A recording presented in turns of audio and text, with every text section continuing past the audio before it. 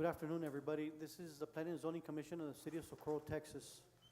It is January 6, 2026. 5:31 p.m. We call this meeting to order.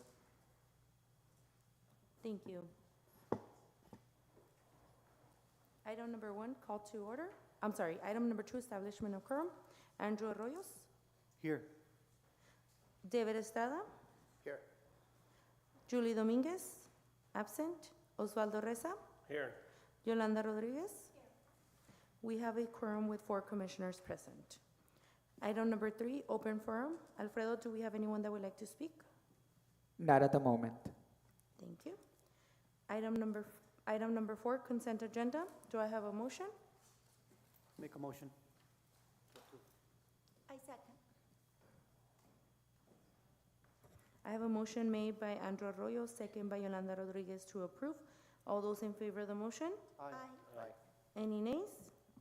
Any abstain? Motion carried. Regular agenda, item number 5, public hearing for a proposed amendment to the City of Socorro's master plan and rezoning of tract 12-A-L, Block 2, Socorro Grant, located near Bauman Road, Socorro, Texas, from A1 agricultural to R2 medium density residential to allow for development of multifamily residential lots. Mr. Arroyos? Good afternoon. We will open public hearing at 5:32.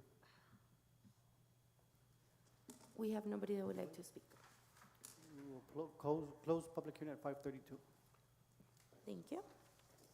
Item number 6, consider and take action for the proposed amendment to the City of Socorro's master plan and rezoning of tract 12-A-L, Block 2, Socorro Grant, located near Bauman Road, Socorro, Texas, from A1 agricultural to R2 medium density residential to allow for the development of multifamily residential lots. Ms. Rodriguez? Thank you, Miriam. Good evening, Chairman, Commissioners. Judith Rodriguez, planner with the City of Socorro. We'll continue with the next item on the agenda, item number 6, and this is a rezoning request for a property near the Bauman Road. So we have some general information on this request.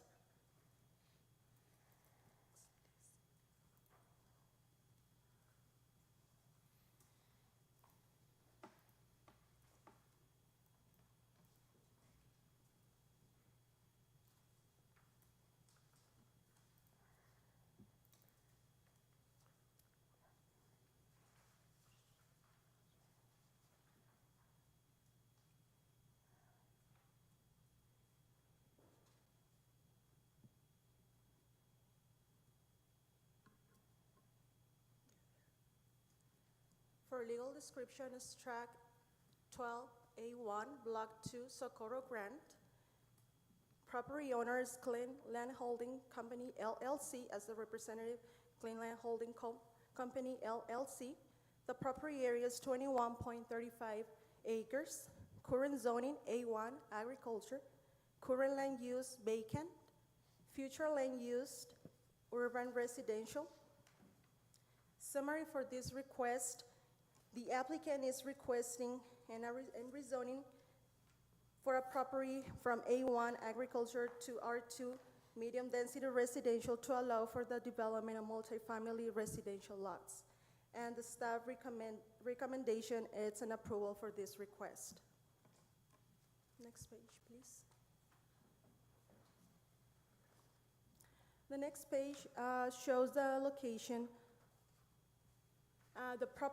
The subject property is outlined in yellow, and the green shading denotes the A1, which is the agriculture zoning district.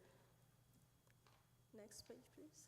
This is followed by the future land use map, which designates the subject property as urban residential. Then we have an aerial image. Next one. The next page, please.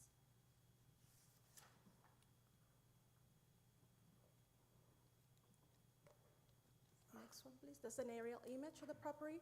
On the next page, we have the public notice map highlighting the area within the 200 feet of the property that was notified as required by law regarding the proposed rezoning, followed by the notification letters, next one please, in English and Spanish that were sent to residents within those 200 feet around. No support has been received by any means. One opposition letter was received this morning, and a copy has been provided to you, commissioners. Those are the public letters in English and in Spanish. And finally, we have the site plan that was presented by the applicant, showing the highlighting proposed rezoning area with a bold dash outline to be presented to you as for a proposed rezoning approval. Once again, this is request for approval of rezoning property from A1 agriculture to R2 medium density residential to allow for the development of multi-family residential lots.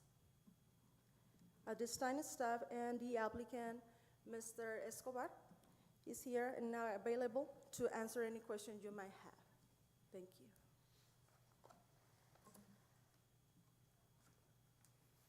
I don't know if there's something that Mr. Escobar wants to address to council or not? Or anybody have any questions? The only thing, somebody has to help me because I didn't put my hearing aids on, Oh. so. Do you have any questions for me? So we just got this letter and we're reading, I'm kind of reading it, just going through it. If, I could answer most of the things on the letter, it's fairly simple. Okay, Number one, he talks about traffic.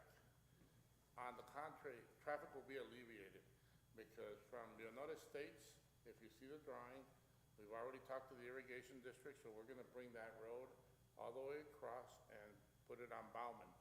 Bauman is a street we're taking all the way to I-10. So it's a 5-lane road.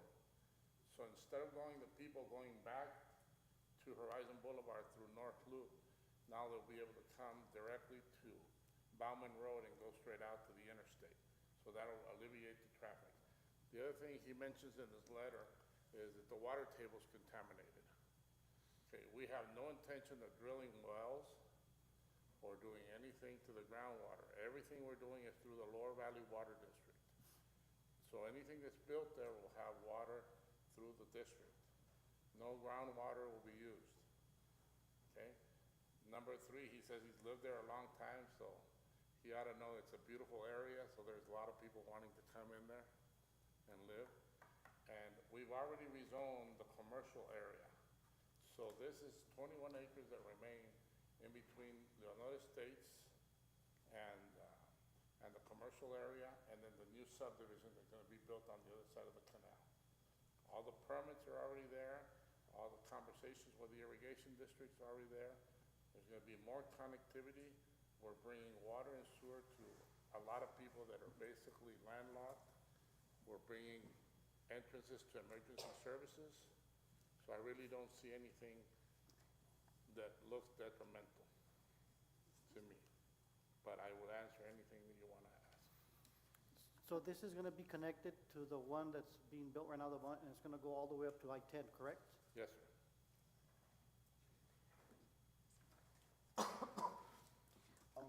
Have we seen a master plan from North Loop all the way to I-10 on? I don't know if you've gotten to see it, because we only brought the commercial and we've only brought the pieces. We've been working with the city, because we've been working about, do you have that? We've been working about the size of the road and the orientation and everything else. We've been working with the county, because what we want to do is when we get to I-10, if you're familiar with the area, there's an underpass on the freeway. And where we were gonna come out, it was very close to the underpass, so it was gonna be a problem that might cause a lot of accidents. But you have a road that's already platted, that the county owns, that is basically Timothy from the other side, and it's called Trans Mountain Park, or Trans Park, on the south side, that has never been developed. It's only been developed up to the commercial. So we're working with the county to connect Bauman to that road, so you can come and basically take the underpass.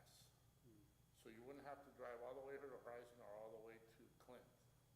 So the people that live in that area, all the people are gonna take Bauman up and then go to Transpark and then go underneath the freeway if they wanna go to El Paso. If they wanna go to Clint, then they can keep taking Bauman all the way and they'll come on the other side of the underpass. So there'll be two connections to I-10.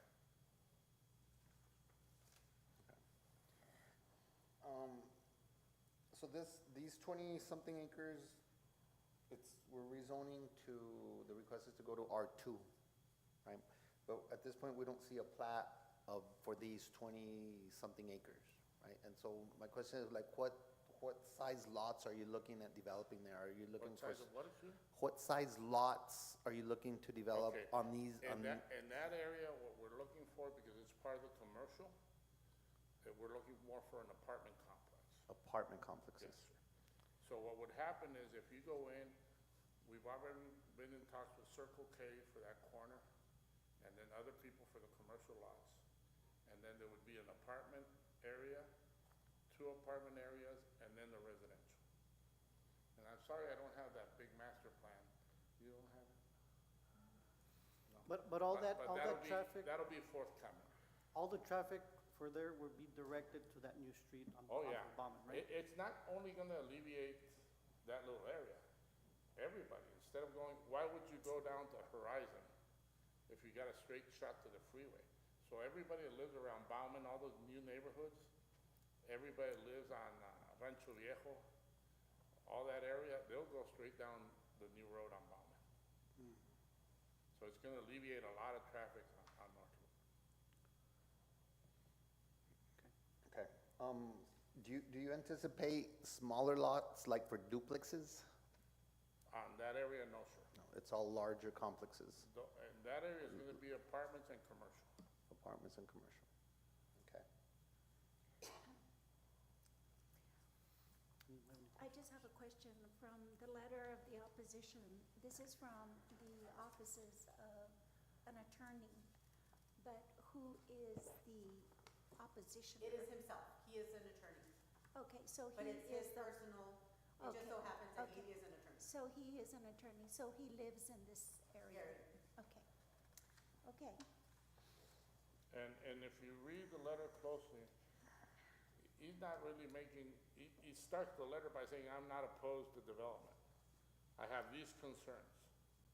I have the concern about traffic, about the groundwater, about this, and I think all the concerns can be alleviated. I mean, we have answers for everything right now because we worked on it for a while.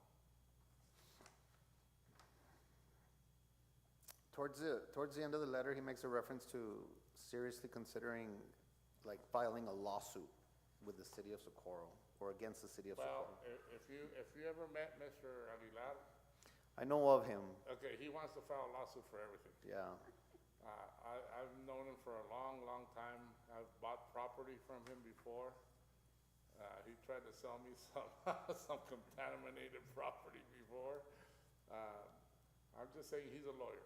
So lawyers always leave the door open for whatever. so I have a question. So Lorraine, when Clint Holdings first anticipated to develop the property, do those letters go out at that time, and how long ago was that? Because I know this is not the first time that I see this in the works. I know we had already talked about it before, or am I wrong? Was this not already once on the agenda for us? It was, I'm trying to pull up the master plan, so we have been in this general area several times. So was For the this, rezone rezoning, this can you part go right back to Okay. the area, not the area, the zoning map? So you have already seen and approved, and council has approved the rezoning for the Bowman property that is on North Loop. And in this zoning map, you can see it in red across, Okay, on the opposite side. Go back to that one, adjacent subdivisions. Okay, pause right there. So, this is a good map. It includes the area that was first seen, which is the red that's adjacent to the applicant property, highlighted in yellow. okay, That was rezoned to commercial. okay, Recently, we have seen the rezoning request for the area across from the lateral. And that is a huge development with residential lots, commercial lots, and the routes for Bowman that Mr. Escobar is describing. One route taking you up to the freeway up through Timothy, Okay, and then the other to the right through this property, through that property applicant area, past that underpass that was described. okay. So this new property is close to that area, so why maybe it looks familiar. Okay. But this is the first step in developing that for this residential development. Okay, I got it. It just looked familiar. It looked That's the familiar. reason why I was We've been here asking. Yeah, okay. a few times. When will you, or when will we see the replat on this? When will it come through for The plat, if the the plat? zoning is approved by city council, they can then have however much time they need to We'll bring it prepare right away. that preliminary and final plat. It wouldn't be a replat as It's a, plat yeah, the proper. plat. And When- you'll see the plat for this property and everything for phase one of the residential. You'll see it in the next 30 to 40 days. Okay. Because we're working on them already, we have a lot of things. The acquiring of this property actually held us back, because we were already going, and then this came up, so we added it, so now we had to wait for the plat in order to add it to this. So this, yeah, so this wasn't, when we rezoned that first section down closer to North Loop, this wasn't, This wasn't a part of it. it We did wasn't a not- part of it yet, No. right? It's just all of the red that you see on the screen. Yeah. Next to the yellow, that is what was rezoned at that point. But this part of the property wasn't even. It wasn't part of it. Wasn't his. Okay, Okay, okay, thank you. okay. Any questions? No? No, I don't have any questions. I'd like to make a motion to approve. I'll second.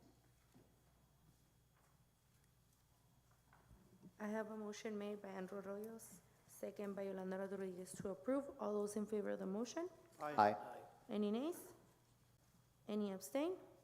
Motion carried. Item number 7, consider and take action on the proposed approval of the final plat for El Paso Lower Valley Commerce Center subdivision, being a portion of Parcel 1, Tract 3 and 4, Block 24, San Elizario Grant, El Paso, Texas, El Paso County, Texas, and located at southeast corner of North Loop and Estates Drive. Ms. Rodriguez? Thank you, Miriam.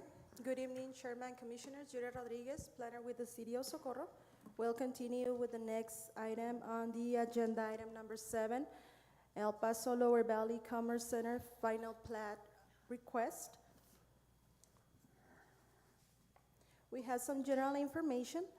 Legal description, it's being a portion of Parcel 1, Tracts 3 and 4, Block 24, San Elizario Grant. Property owner, PGF number 2, Serrata LLC.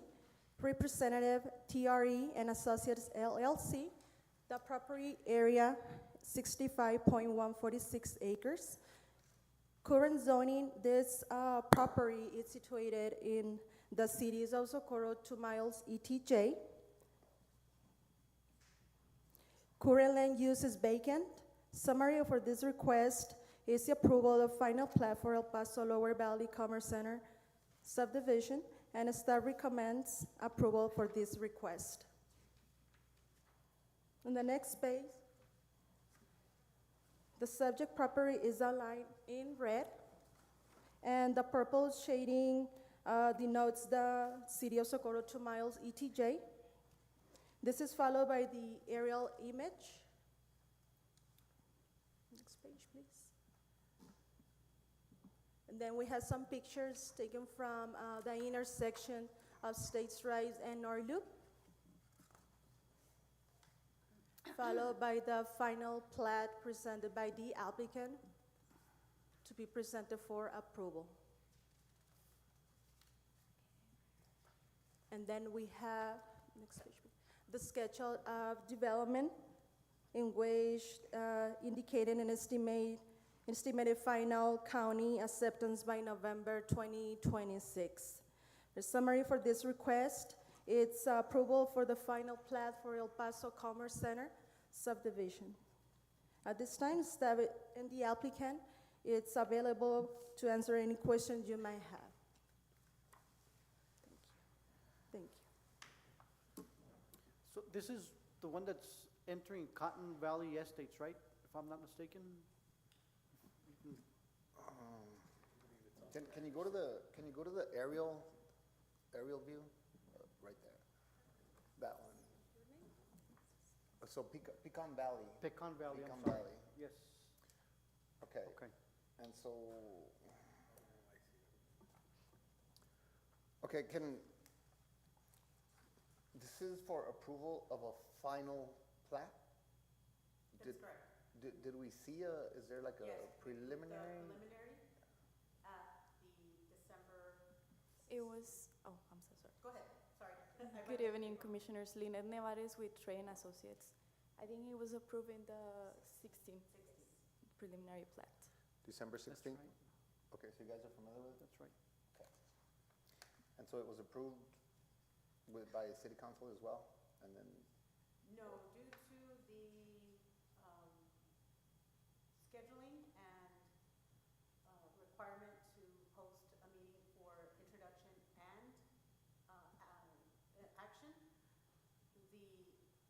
action, the item hasn't been, it's going to be on the city council agenda for introduction this next meeting. So they didn't have their meeting January 1st, they're having their meeting January 15th, and that's when they will hear the introduction of both the preliminary and final.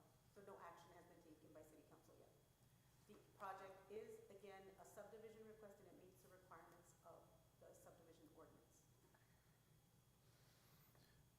okay, and so if city council hasn't seen it, the preliminary one, zoning board approved, then I'm just not clear how it would come as a final plat to us without them having voted the first time. They can review, they will approve the preliminary and then review and take action on the final. They don't need preliminary, you don't need the preliminary action by city council to make your recommendation. They already have your recommendation on the preliminary.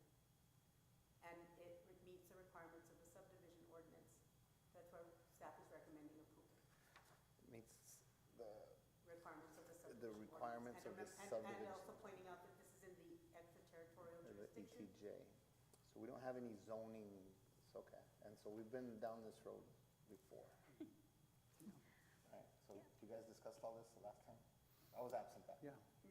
Yeah, So- we talked about all of that at the last meeting. Yeah, I think you were at the Okay. podium, am I correct? I think she think was so, the one yes. that was there. Oh, he Yeah. was here, yes. Yeah, Okay. so we did ask questions because of that. So kind of my view where I stand, anytime I see anything on North Loop, yeah, I hesitate a lot because of the traffic that we have now. So it's a problem that we already have, it already exists. And to me, the only fix to this is TxDOT, right? So we've been pushing for TxDOT to widen the street.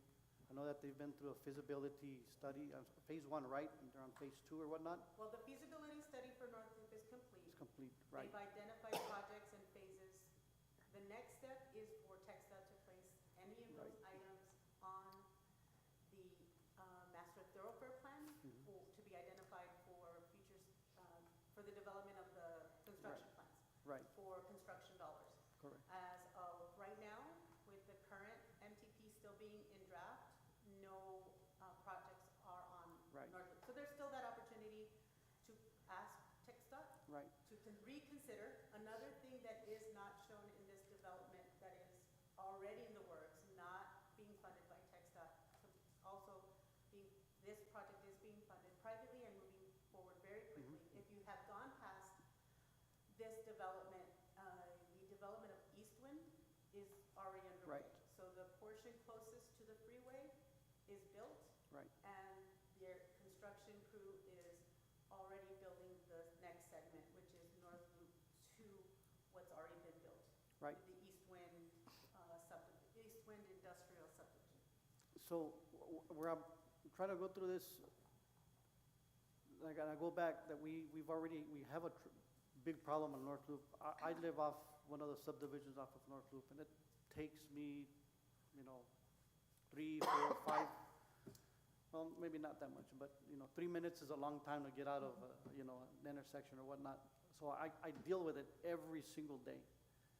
But I know that when growth happens, that's when TxDOT and them kind of, you kind of pressure them into, you know what, it's growing, we've got to hurry up and we've got to move this forward.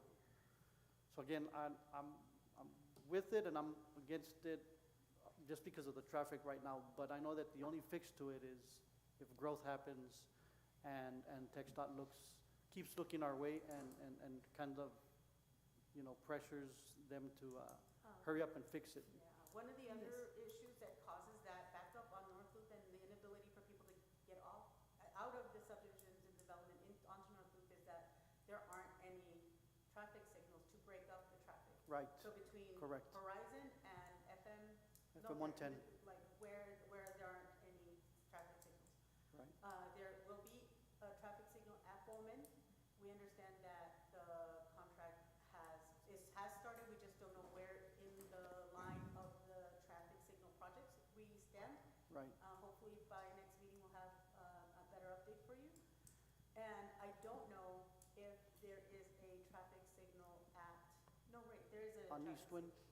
at that intersection where Eastwind is going to go up to the freeway. And Eastwind is pretty close to this one, so hopefully a lot of that traffic they'll go up Eastwind instead of coming down, west on North Loop or whatnot. So again, The opportunity is there to make public comment. Right. Once that next window for public comment is open, we will definitely share with the Planning and Zoning Commission, with the public through our social media outlets to have people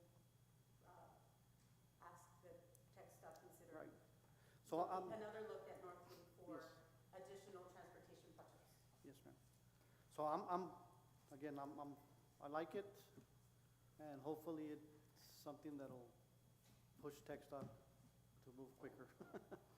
Yes, Yes, I think what is most important to us as residents of Socorro is, yes, the infrastructure is something that the city of Socorro has to work. And I understand that, yes, the lights at Bowman are supposed to go up, but they've been going up for a long time, okay? And so as residents that have to drive down North Loop, we get very discouraged to see more development and not enough from the city of Socorro for infrastructure to help us get from point A to point B. And I think this is where all of us are caught up, is to say, yes, we want a lot of development to come into the city, but the city of Socorro cannot keep up with the infrastructure that we need, Unfortunately, it's a slow process, but we have 2 projects right now that are still under development. There's the Nuevo Hueco Tanks extension from North Loop to Alameda. From my understanding, we should be hearing the approval on the NECT, which will allow us, the approval from TxDOT, which is environmental clearance, which will allow us to go to the next step, which will be to start looking at acquisitions where those are necessary. And the other project that we're working on for transportation to help alleviate traffic is the arterial one. So that one also a slow process, but we're working our way through it with our engineering consultants, with the property owners, and trying our best to move that project forward. So unfortunately, when developers are steering the wheel, they can move a lot more quickly than the city can. But we have transportation projects in the works, is my positive attempt to assist in seeing the bigger picture. And then also, Commissioners, as part of this project, we are coordinating with TxDOT any improvements they might require for North Loop. So they are currently reviewing our improvement plans, and we're just waiting on any comments from TxDOT. We have started that coordination already. Right. I wanna clarify, and, okay, my question is, does Socorro have any say as to what can be built here No, at all whatsoever? Zoning. Right. in the county doesn't exist. So there are no zoning requirements, zoning regulations in the county. Okay, and Right because now, they we're- meet, Go ahead. they meet the subdivision requirements, so it's almost an automatic that it's gotta be. Okay, have you guys discussed in the previous meeting what's going to be built here? Do we know what's going to be built? It's residential, right? No, it's actually non-residential, and we don't know the end user yet, but we have talked to the developer, and it might be some warehouses. Okay, so that's where I'm coming from. It's warehousing. And that's been through the grapevine for this. We've been looking at this since we were looking at the other subdivision on Rancho Mirabal Estates and the cotton field that's back there. This is gonna end up being warehousing. So we know all the trees that are being torn out, right, over here on, it's. Hermanos Farms. Yeah, and so we had control over this one, the one that's being, the one they're actually working on. This one, we don't have any control. But I want to point out that these are warehouses that are going to be built, and it's, I mean, in my opinion, right, it's not a good fit for Socorro, having warehouses here. Now, the next phase is going to be the next one to our left. Yeah, well, yeah, I guess that's the next one. That's warehouses, right? And so on that alone, I think that this board should be unanimous in voting no, understanding that we're not allowed, right? Because they're meeting everything, and throw it up to the city council with a unanimous vote no, simply on the opinion that this board thinks that warehouses should not go up in there. That's my position. I understand that city council has the final say, but it's on our record, and certainly me right now, it's a no based on that. Whatever the repercussions are on that, although they meet all the, throw it back on them, on the owner, to come back and do what they're gonna do. But city council should be screaming no to warehouses on here. I see North Loop in the future, maybe commercial units up across, it's North Loop frontage. It's, you're talking about Eastwind, that's a huge residential development that's gonna go up in there as well. Some commercial, some warehousing probably. But we've seen the master plan for going up on Eastwind, all that is residential. There's, I don't know how many thousands of lots in there are residential for the master plan. And so all that area right there should be frontage, should be commercial with single family or apartment complexes behind it. We should take advantage of North Loop frontage. And here we are, basically with our hands tied behind our back. And there's gonna be warehousing. And we're gonna drive by and we're gonna be like, oh my God, we were in that position. So I think it should be just a unanimous no, shoot it back up to city council with a no. And then we should have this room with the citizens of Socorro. Should be 1,000 people in this room screaming to say no. And we all know why, warehousing in the heart of Socorro. As much as I'd love to see pecan trees there the rest of my life, I understand that that's not realistic, but it does not have to be warehousing. I'd like to say, I don't remember it, that last meeting, it saying it was gonna be warehouses. I wasn't present, but Yeah, but I don't think we discussed that it was gonna be a warehouse. It was because of the fact that it was, something that we couldn't tell them what to put there. Oh. Okay. yeah, we're, I remember, That's a zoning. okay, That we is land couldn't use, tell that is them not what to something that put we- there. Right, Exactly. okay, I It's remember. not something So- that we, city. No, I think that was it. and I understand, but the position should be, I think the position should be from staff as well, and from the position of the city of Socorro as maybe not citizens within the city limits, but you work for Socorro as far as, right? And the position should be, hell no, no We more. also And have so, to and abide by state law, and I, that's I, state under, law that I, we're I following. understand that, but there should be a point where you push back, right? And put it back on them. Come to the negotiation table somewhere, somehow, right? And so, just to clarify, and for the record, do you know, or can you tell us what the owner will intend to do with this parcel? Just like you said a while ago, just if you can repeat that, please. We don't know exactly the end use of the property, but Good afternoon, Commissioners. Robert Romero with Train Associates for the record. To answer your question, sir, we're not exactly sure, but it looks like it will be a warehouse. So there's still no final approved plans. There's still no contract. There's still no contractor. There's none of that, right? But there's always a plan. And so it could potentially be warehouses. Can I ask a question? Yes, real sir. quick? So I'm assuming you guys are gonna be asked for a traffic, for a TIA, right?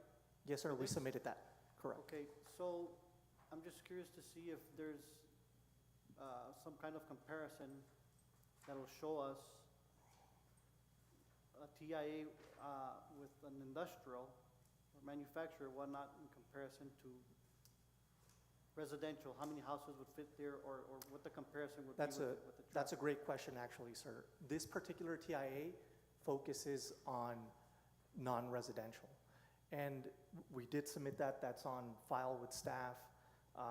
We've submitted that to the county. And I think, like Lynette said, we're also coordinating with TxDOT, but we did generate a traffic impact analysis.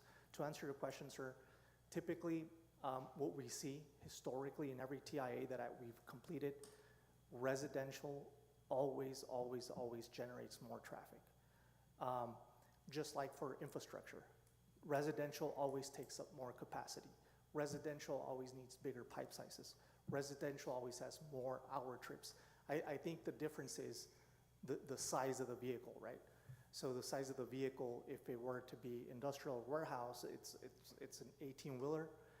It's bigger, but it generates less axle loadings. In other words, less traffic.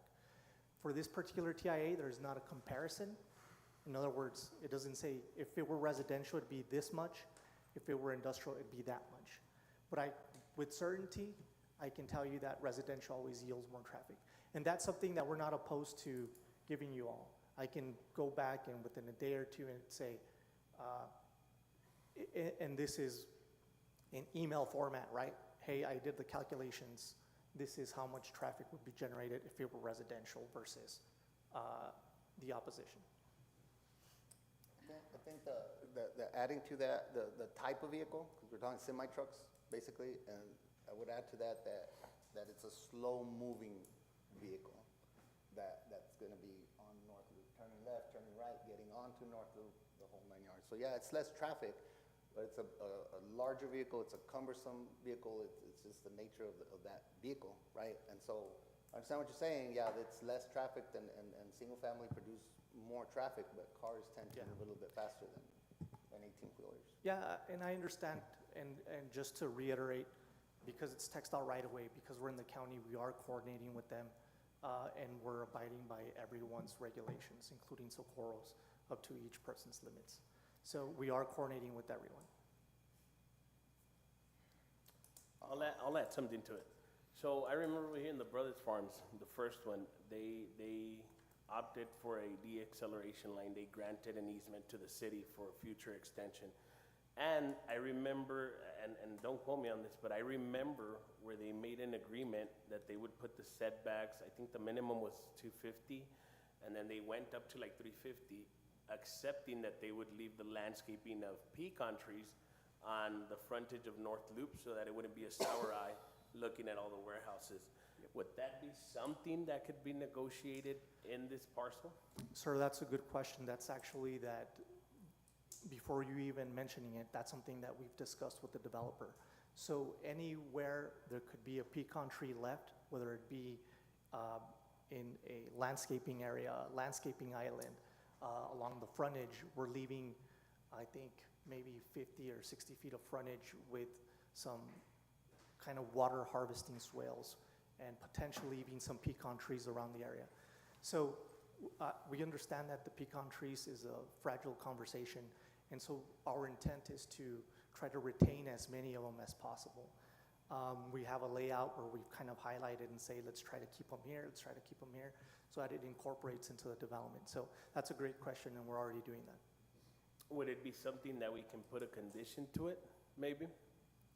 Like I per don't know, I se, think leaving the setbacks are ponding related to areas? zoning, so I'm not sure if So you can put. something here under the industrial line down coming Old Hueco, right? You know how they did the ponding areas at the front, landscaping, all that? Would it be something that can, since we have no say, right? Maybe at least make that a condition to where it's not a sour eye. And they must leave certain setbacks and then landscaping of pecan trees there and maintain them. Per se, the warehouse is hidden in the middle. And Laureen, I'm not sure if this could, I don't know if it could be done through code, but for sure, it's something that we wouldn't be opposed to because we're already doing that. So if you could find a way to do that. It's on the plat. I'm trying to think of an example of where we placed a condition on a property within the You ETJ. can't. I can't think of one. I don't know if Mr. Merwan Body. can remember an example. I know that was a main It can be factor known when on they the did this plat. one of the Brothers Farms. I know that was the main Hermano thing. Farms, but yeah, that was a different Mhm. type of. Merwan? Yes. Or would that be sufficient? Or can we place a condition on the plat request since it's in the ETJ? Is Regarding it- landscaping. Regarding the Ye- landscaping and keeping the pecan trees where they can and the setbacks? Easement or setbacks or, A conservation easement, I don't know, I'm thinking out loud. yeah, me too. I don't know if it's possible, but Is it something that the owners, or owner's representative, is that something you guys are willing to agree to or accommodate? yes. Yes, so that's something that we're not opposed to, leaving pecan trees wherever we find space for. One of the areas is frontage, also internally. I think the question is more logistically, how does Lorraine do that if there's no, Lorraine, I'm not sure how you want to word it, if there's no, If it's just as simple as saying that it's a condition of the plat approval. yeah. It's possible too that some of the trees would have to be removed for utilities and things like that. Hi, can you all hear me? Yes. Yeah. My name is Dan Tomanko. I represent here the developer on this. I would say we're comfortable leaving pecan trees as a landscaping feature here on the site where it can be technically accommodated. And by that, I mean areas where there's not pavement, detention, utilities, stuff that, you can't have trees on top of a pipe or pavement, of course. But along green spaces and areas of impervious, I think we could leave them there with no issue at all. And you guys are also dedicating space for the right-of-way of the future expansion of North Loop? Is that part of it also? That's kind of part of what we're coordinating with TxDOT and they have requested some deceleration, some acceleration lanes, and we're still not finalized with the coordination, but whatever they require, we're gonna provide. You will dedicate it? Whatever they require, we Whatever will they provide. require For future expansion of North Loop? If they require it, sir, yes. That's what, yeah, so if they require it, you guys are not opposed to? Yeah, if they require it, they won't give us access if we don't give it to them, so we have to abide by whatever their standards or whatever their requirements are. If the commission is trying to formulate a motion, you could add that, that they also meet TxDOT requirements, at whatever they require. They'll still have to do it anyway under state law, but you could add that on there. It sounded like it was a frontage request, or on the trees and the landscaping. Again, if there's an agreement with the owner here, we can try to put that into words as well with the, if an approval is being considered. You just kind of need to clearly state in the motion what you guys are thinking, how you want to word it, but. I'm with you, David, 100%. I don't want any more warehouses in the interior of Socorro. I feel I'm exactly with you on that. But being it's in the ETJ and that they're meeting the requirements, and if they are willing to leave kind of that landscaping with the pecan farms or whatnot, and having to meet the tech dot requirements. It's still, I'm a little bit for it or whatnot, but I get what David's saying, and I just really, really wish that we can, kind of find We technically a have no way. say in it. So I have a question. Okay, so he brought up, Mr. Estrada brought up the fact that the preliminary has not gone to city council. Okay, so why don't we let them take the preliminary and approve it? And then it'll come back to us. I concur with that. I agree. I think the No, process I is think- flipped, and this is not the first Right. time that we get I the think short we end of the should, stick on the process. yeah, I think we should follow the process and to say that city council should approve the preliminary. So let's shoot it to city council. So we- It'll be another meeting that when it comes back to us again At the next meeting. for this one, okay? So that would be a let's- motion to table it, no? Yes, This so- one? So we would table it, and then it goes to city council, and if city council passes it, then it will come Yes. back to us for a final, right? Yes, I think that's what we should do. Because yes, I think we're all in agreement that, you're talking about 65 acres. That is a lot of property. That is a lot of warehouse. A lot of oxygen. And so just looking roughly, there's another 65 acres next to that. We're Yes. gonna be looking at this a year from now. Yeah, It's so we're 120 gonna, acres worth of if warehouse. we go here, then we're gonna go to the next one, and I think it's important. If we're trying to alleviate the uproar that we already have about a warehouse down on North Loop. We already have that, even though we denied that one, it did go to city council and they approved it. So, I think it's important that we just follow the criteria and let it go to city council, see if they approve it, and then it'll come back to us. Can I ask a question to the There- developer if he's still online? Are you all also looking into purchasing that lot next door for the same thing? The adjacent lot on North Loop, that would be north, I guess, page left, looking at the screen. We have a contract to purchase that as well, with the landowner, correct?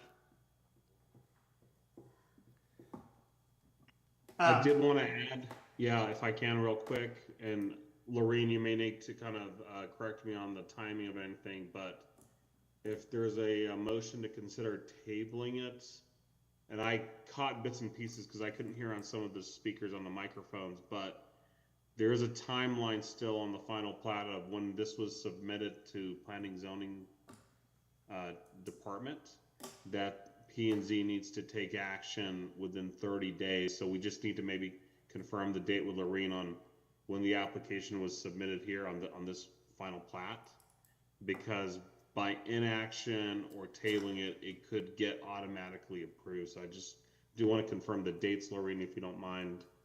Sure, let me take a look. Lorene, may I ask a question here while you're looking into that as well for you? Go ahead.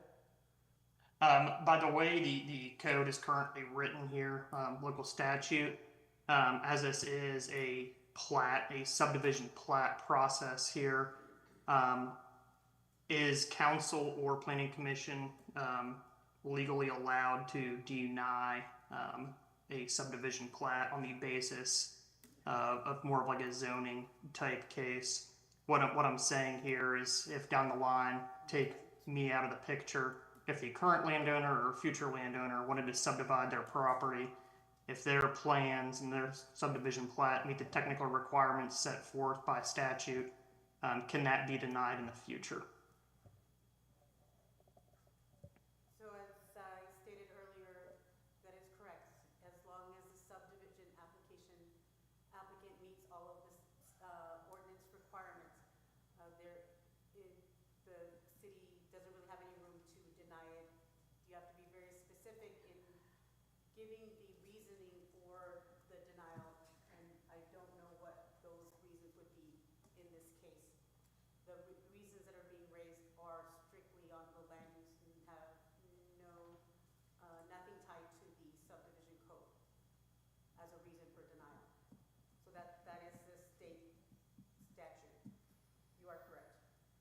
Understood. Thank you. Yeah, and I can confirm, I mean, I'm counsel for the city, we can't give advice to applicants. But again, what Ms. Lorraine said is correct, and just, again, as a frame of reference, at least for the commission, what I'm looking at in front of me right now, Texas Local Government Code 212.0091, and that's what also the Socorro local ordinances mirror. It says, if there's a specific condition for approval or reason for disapproval, each condition or reason in the written statement must A, be directly related to the requirements under the subchapter, B, include a citation to the law, including a statute or municipal ordinance that is the basis for the conditional approval or disapproval, if applicable, and number 2, may not be arbitrary. And so if it meets, this is with all applications on final plats, preliminary plats, if they meet all the conditions, then they're, as I think Ms. Lorraine said, hands can kind of be tied on it, especially when it comes also to ETJ territories. They're just treated differently. We have some regulatory oversight, but not fully because they're not really within the city.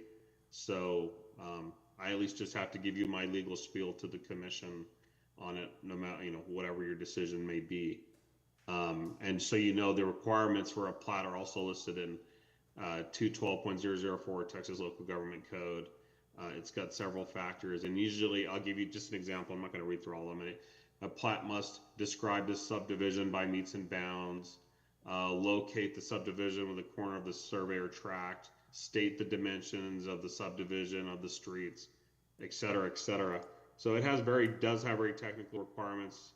And usually if it comes to planning and zoning, before it even comes to planning and zoning commission, if they were missing some items on that plat, that would have been communicated with the owner's representative before it even got here, so that they would have a chance to fix it and make sure their application is complete. So I know I've probably gone over this with some of you guys in the past on the commission on other items, but I would kind of be remiss if I did not, again, kind of let you know at least the state of the law on it, and you guys make your decision however you see fit. So just wanted to let you know. And I do need to add a correction. The El Paso Lower Valley El Paso Lower Valley Commerce Center preliminary plat did go to City Council for introduction on December the 4th, which means this Thursday's meeting, they will take action on that preliminary plat. So they would not be taking action on both at this meeting. They would take action on the preliminary plat this meeting. Then the delay would be in introducing the final in another 2 weeks, having it heard by City Council 2 weeks after that, so that in itself is already past the 30 days. I hadn't had a chance to go back to the application date, but even with just that information, we've already passed the 30 days. Can I add a date to that, if I may, Laureen and council? So our submittal for the plat, it was November the 6th, and I just want to throw that out there for whatever that counts. So we're already past those dates either way. Right. This way. Yes, for the preliminary. And that's all we're voting on for today, right? No, today's the final. Final? You already took action on the preliminary. That's right. I'm sorry. City council has not. Hasn't taken action on the preliminary. This is a tough one. Well, I'm gonna give my opinion. I just think that, again, I don't like warehouses in the city of Socorro. I like to see them in the outskirts, but again, it's in the ETJ. They meet all the requirements, and if you guys are willing to work with us on the keeping the landscape structure, it's kind of the same, and meeting all the text dot requirements, I think I'm okay with it or not. At the same time, I'm not, because, again, So it's if we were to table it, what happens? Does it just automatically get automatically approved? approved. Well, let's just table it and not put it on us, I would say, right? Because it's either we're gonna get approved, either we approve it or it gets approved. If we deny it, there has to be a specific reason for us to deny it, they literally don't have a voice there. And we already approved preliminary, so I don't think it, you know, We it literally should be have a fair voice type. to, Now, if we can not approve approve it with the conditions, he said we could, right, Mr. Body? You said we could approve it with the conditions? Yes, yeah, if you put conditions on it, and especially if the owner representative is willing to accommodate those, and we can have an agreement on it, then yeah, absolutely, then I don't think we have an issue, so. I would rather go There's that two route. options. We either table it and it automatically gets approved, or we approve it with the conditions, hoping they abide, and, Well, they would, Leave it up to they would have to abide. well, then, but it has to still go to city council, and what if they remove them there? They can. Exactly. So, and then at that point, it's at city council. But the Because our voice is recommendation just from- an opinion. But the recommendation from you all. City, yeah, exactly, but it's just a recommendation. So, okay, question, and I'll refer back to you're referring to it as the Brothers subdivision, the one that they're working. What is it again? Hermanos Farms. Hermanos Farms? On North Loop. Okay, so during that discussion that we had, part of what the developer proposed was doing, like, for example, a visual barrier with mounds of dirt. Like No, a- that was with landscaping, that was That- it, it was a visual barrier.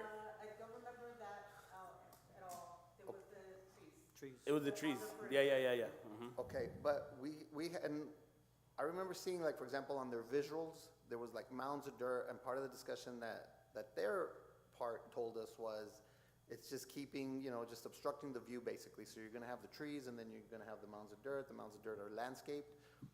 And so, I'm under that assumption, I might be wrong, right? But I drive by the Hermanos subdivision right now, and I look at the mounds of dirt that are there, and I wonder, are they gonna stay or not? I'm under the assumption that they are gonna stay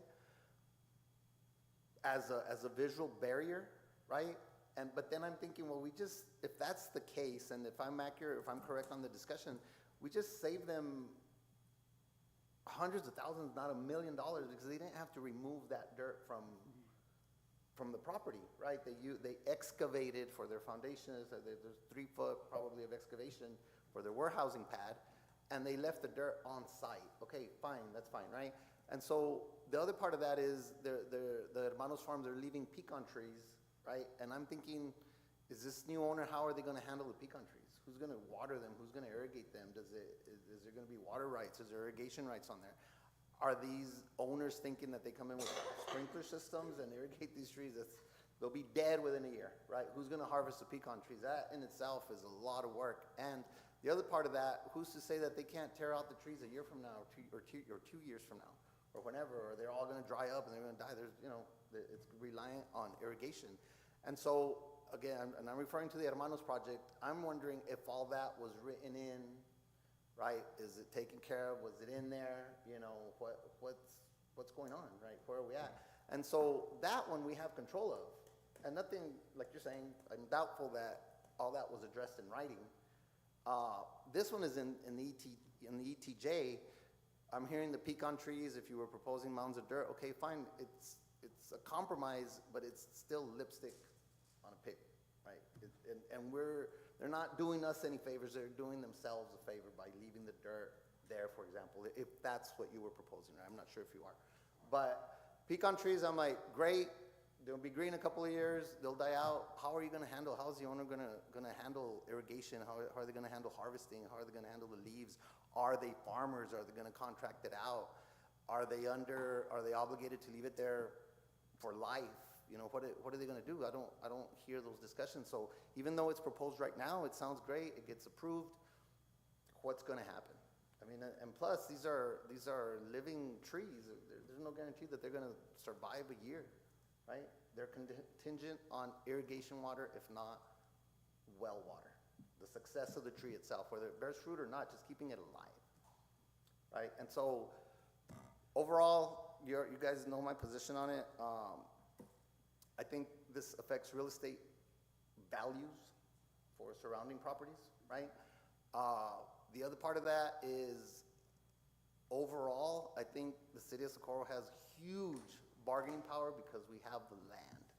I asked questions as to how much this land is selling for, and these companies are buying this land super cheap, right? the economics behind it, for some reason, I get different answers, but we have an influx of warehousing that's affecting us. And as a community, we should stand up and say, no more. So again, my position is vote no. I understand everything that the attorney is saying, but we should say no, and that's it. Throw it up to city council, but with a vote of no. That's what is my But then that's the position. problem. We have to have a specific reason to deny it. I understand that. And again, we gotta keep in mind, all these investors are preparing for Arterial One. That is why they're doing all this warehousing there, because that's exactly where Arterial One is gonna come through, right? I totally get the stand, but I would say going back to the landscaping, at that point, it's like any other commercial development, they have to hire it out or do whatever it is, because then at that point, it would be code enforcement, right? I don't think they'd leave them. Does code enforcement even have a jurisdiction over there? No, not at the ETJ? No. That would be the county one, so the county would have to be dealing with their code enforcement, and as it is, they manage the one in the back, and you get to see that they really don't do anything about it, right? So who knows what would happen in the commercial. Now, if, like you said, right, if it gets denied, then there has to be a specific reason to deny it. But like I tell you, most of these investors are going because of Arterial One, and they're literally preparing to where there's no other choice after that. And they get Arterial One down there. There's something else I'm gonna add, because I heard a couple comments, and I do want to clarify too for the commission too. And I know it might just be thinking out loud, but, any decisions by Planning Zoning Commission can't be made on financial factors. So, none of the plat standards include what a price is. You never see dollar amounts on anything, because we can't consider what something's being sold for, or what it's being bought for, or if it's a good deal for somebody, or if it's too cheap. None of the standards involves dollar amounts. It is a private economy. Planning Zoning Commission does not have authority to regulate private transactions. We have the authority to regulate land regulations, but absolutely not on the financials of a deal, or if it's a good deal. I kind of wanted to mention that as well. Understood. Understood. Any questions? Anybody? No? Who's gonna make the motion? I'm gonna make a motion, and again, to approve just because there's really nothing that we can do to change it or whatnot. And I think we get a chance to at least put in that condition to where they have to meet text dot requirements, and that you will work with us on the landscaping of it or whatnot. I don't know if we can go as far as into, if the trees ever die or whatnot, you've got to replace them again, or I don't know how far deep we can go into that requirement. Mr. Body, is that something that we can like really go down into and say, hey, you know what, if it's got to be maintained and run by the industrial park or whatnot, and they have to run it and maintain it, Yeah, I think you could put reasonable requirements such as, that they maintain some perimeter. I think it's Mr. Dan. I see the name on there but he had stated it in a way that I think if you put that stipulation and that they maintain the landscaping, I think that should be something agreeable. Yeah, and to add some more detail here, from our perspective as a developer, it's in our best interest to keep stuff looking nice while we own it. It keeps our tenants happy, keeps the property looking nice. Well-maintained, well-manicured properties at the end of the day are worth more. Everybody knows it. When you drive by a house that nobody's maintaining, it's a kind of a blight on the neighborhood. It's our intent here. We're investing a lot of equity here in these potential buildings. It's our intent to keep them looking nice and keep them reasonable. Now, I can't say down the line, I can't say how long trees last. I'm no expert by any means in that nature. What I would be fine saying is we will leave trees in areas we can here. Again, areas where there's no utilities, storm piping, storm water, stuff of that nature, areas where trees can't go anyway.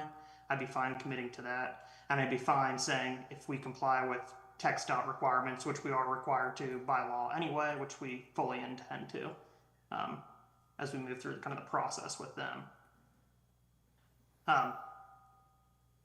Does that make sense? Yes, sir. I have a Yeah, question. so yeah, oh, sorry, Jeff. Go ahead. I was just gonna say, yeah, if you guys are looking for wording, I think you could say to maintain natural landscaping and trees, where feasible on the property. I mean, I think that might be the best thing that I can come up with. Okay. Mr. Estrada? I have a question for the owner. Will you, or are you looking to retain irrigation rights? For I'm not at liberty to really discuss that here at this time. As Mr. Body kind of indicated before, kind of the ins and outs and the financial, everything related to a transaction. I don't know if that's really appropriate to discuss here in public forum. Well, I think irrigation rights, which is water rights, that's water coming out of these canals to water these trees. I think that ties in directly to the subject of the trees, of the livelihood of the trees. Because there really is no other way to maintain these trees alive other than irrigation water or well water. I can jump in here and just answer that question. Related to the irrigation rights, we are coordinating with El Paso County Water Improvement District to provide them anything that they want. So if they want to keep the irrigation rights, we've already submitted to them, and we're coordinating with that department, whatever their requirement is. You said And if they, submitting the irrigable plat that's required Correct. also as part of this process. So another agency that they need. So that's just another check for us to go through the irrigation district, which we're already doing, and coordinating all that with them. but you said if they want to. Who's they? The irrigation district. The irrigation district. But does the owner want to retain the irrigation rights? I think, Dan, that's a question for you. Yeah, again, in terms of subsurface rights, property rights, I'm really not at liberty to discuss that, and I don't think that's appropriate for me to discuss here kind of in public forum. As Robert mentioned, we are working with the irrigation district, and we'll be complying with all the requirements they have and making sure we're checking all their boxes on their end. So from a technical standpoint, we will be checking that box, making sure we're in compliance with local ordinance.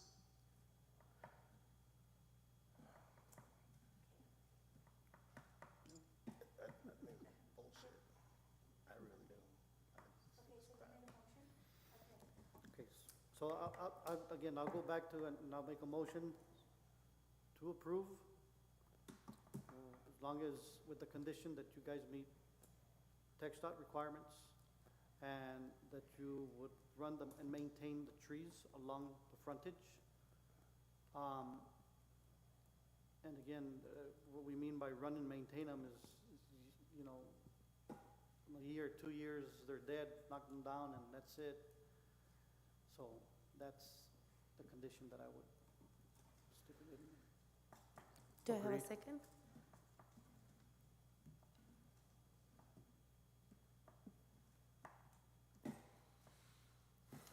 So these trees have been there. Give me a second. So no Okay. second, motion dies. Thank you, Mayor. Okay, I'm sorry. We have a first. Do we have a second on it? No, so the No. motion died. Motion. So we would need Okay. somebody else to make a new motion. Okay, so if, and let's go out a little bit, okay? And it's frustrating because all this goes to city council, so it gets approved anyway, right?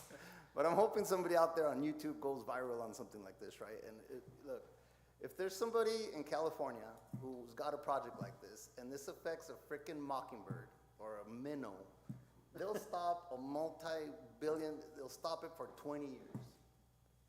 And here we are in Socorro, people are buying land for the cheap, okay, because these farmers are selling cheap, right, for whatever reason.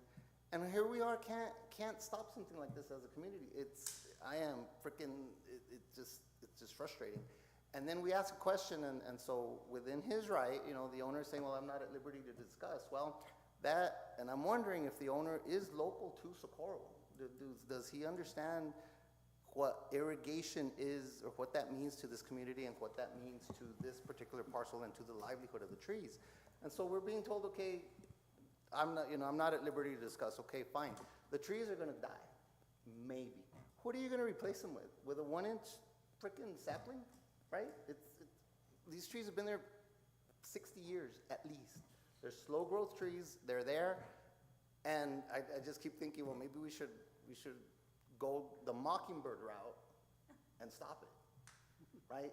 Yeah, because the other way we're gonna end up flooded with warehousing, flooded across this community, across this valley. And it's just, I'm amazed. I'm amazed that city council passes it. It's just I'm amazed. But I understand, so I'm not doing a second, and I'm voting no, and I'm prepared to stay here till tomorrow morning. Right, so it's on you guys. So I think technically there was a motion made, there wasn't a second, so if somebody wants to make another motion, you can. I think that's the point where we're at. Well, I make a motion to deny. Do I have a second? I second. I have a motion made by Dave Estrada, second by Yolanda Rodriguez to deny. All those in favor of the motion? Aye. Aye. Any nays? Any abstain? I'll abstain. You abstain? Motion died.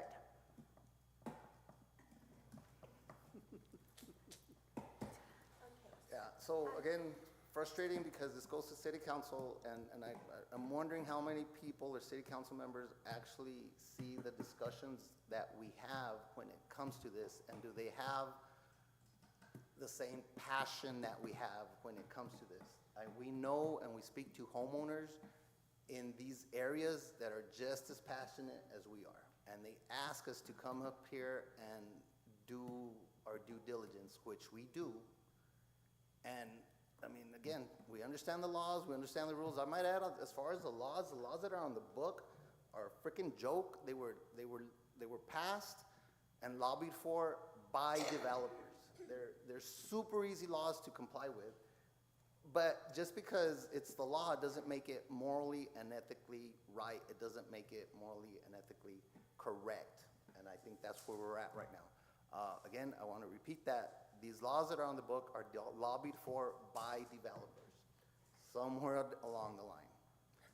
I know of other communities where stuff like this is just an absolute no, limited growth in certain communities, but those are different communities, different jurisdictions. We have the power right now to send a message, or at least make our message heard, right? I mean, I don't know at this point. I think we're at a standstill. I'm not sure what happens. So I think we had a motion to approve that was denied, and then a motion to deny that was also denied. So either, yeah, we can, I'm sorry? Is that accurate? 2 noes and 2 abstentions? That motion died as well? I believe so, yes. You need the 3, There has to be 3. 3 yeas. So I think, either we can entertain another motion, or you guys can decide if you want to move to the next agenda item, and then it'll just show up as that, No action. the motion's failed and no action was taken. May I ask one more question on that for Lorraine or Mr. Body? If the motion did fail here, like if we couldn't come and there's a deny or approval motion here on this, based on the timeframes per statute of that 30-day window, if we had submitted on November 6th, I believe Robert said, does it become automatically approved in that case then?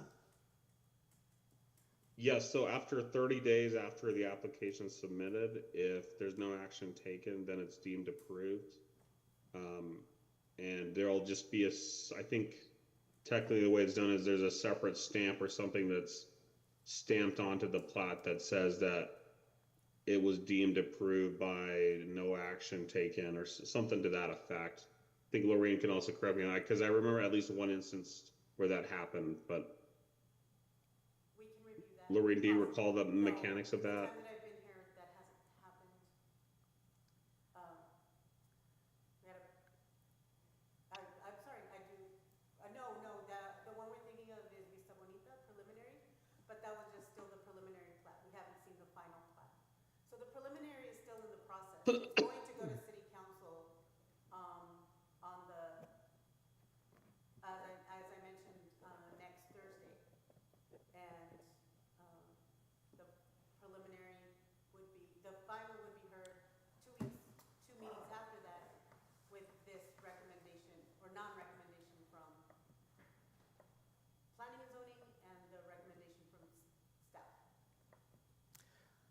Laureen, if I there's can add a, yeah.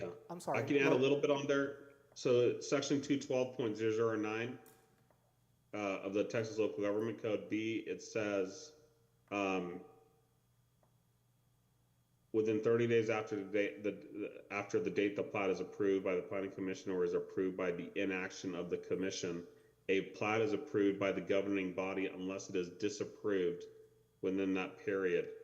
And then section D of that same statute says, if the municipal authority responsible for approving plats fails to approve with conditions, or disapprove a plat within the prescribed period, the authority on the applicant's request shall issue a certificate stating the date the plat was filed and that the authority failed to act on the plat within the time period. The certificate is effective in place of the endorsement required by the subsection. So that's Okay, what the law states on it. then we will proceed in that fashion. Thank you, Marwan. Next item? Thank you, Okay, Commissioners. Well, okay, So- yeah, so Thank you. explain that in Our terms. terms we can understand. It's approved automatically because you can take action within the 30 days. And the Okay, 30 so- days are from November 4th? I need to review that with Marwan. Both were submitted on November 6th, the preliminary and the final, because there are public improvements. We only took the preliminary through the process first, but that preliminary is already underway. So is it separate from the final? Does the final still have that November 6th date, or from when we proceeded with processing the final plan? And so technically, it doesn't fall on planning and zoning commission, right, at the end of the day? No. Because it was after 30 days regardless, so we're going over an item that automatically got approved after the 30 No, you days. could have taken action and taken it to city council. It was still being heard. At this point, you haven't taken action. Correct, but if it's past the 30 days is what I'm understanding from November At this 6th. point, no, I don't think, well, the November 6th is the preliminary plat. They were both submitted at that time, but we were only proceeding with the preliminary plat. Okay, so, But now we're moving forward with the final, but it hasn't gotten to city council on the preliminary either. exactly, so I Yeah. don't understand. Yeah, so when do the 30 days start for the final plat? Let's say they started for the preliminary, then when? But then automatically both kick in when no decision is taken for the 30 days? Or is day one gonna start today for the final? Let's say the preliminary gets accepted and day one starts today for the final, since it's our first time ever even hearing about it, but both applications were submitted. At that point, then I think we should have presented both to city council together, or both together to us at the same time, because we're past those 30 days. Exactly, we're already past the 30 days from November the 6th. And So November the And it 6th, should have been approved automatically, because we've already passed that November 6th. But our process is just requires us that we take the meeting to, the one meeting to planning and zoning, Okay. 2 meetings to city council. So that's just our process, and it's really difficult to get it within the 30 days, but we're working through that preliminary plat to get final action from city council. Okay. Yeah. When does the final application start? When we begin it through the process of taking it to planning and zoning, when we place the agenda for posting? So then let's say we barely posted it last Wednesday, right? Day one would be last Wednesday, because now we post them on Wednesdays rather than Fridays. So day one of the final plat would be Wednesday. Do we agree? So meaning it doesn't automatically get approved, because we're barely at day, let's say now would be day 6, where we're at now. so We the are at preliminary, this. I'm sorry, so the preliminary basically today was automatically approved? Correct. Without No. without our approval, is what I'm understanding. We're taking it through the process. They were not having an issue with us submitting or going through this process at all. Taking it to city council to be heard for action on Thursday. Okay, all right. And then that recommendation from tonight being introduced next week, this next Thursday, and final action the first meeting in February. They were not taking issue with it. who's they? Okay.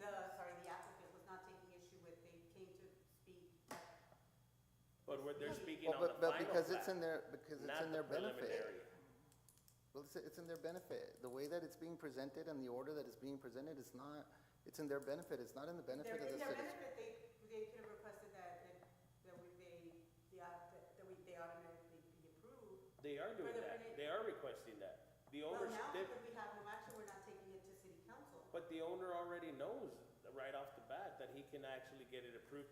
And that's okay on the preliminary one, but we're discussing the final plat, and that's what I want to know confirmed, when is day one? Because, okay, he's got preliminary fully approved, since he knows the guidelines, right, and he's bringing up the codes. So he's fully aware of what he's doing, so he knows what he's doing. Then he can get approval because he has followed all of the guidelines. Correct, and at that point, preliminary has passed, and so he's fully aware he doesn't even have to come through us. Automatically, it's approved past 30 days. It's just the process, reviewing the preliminary, And- reviewing and the si- final, getting it approved. And city council Yeah, I hasn't would- even seen the preliminary. Right. Okay, See, so, and it's, okay, so, Mr. Body?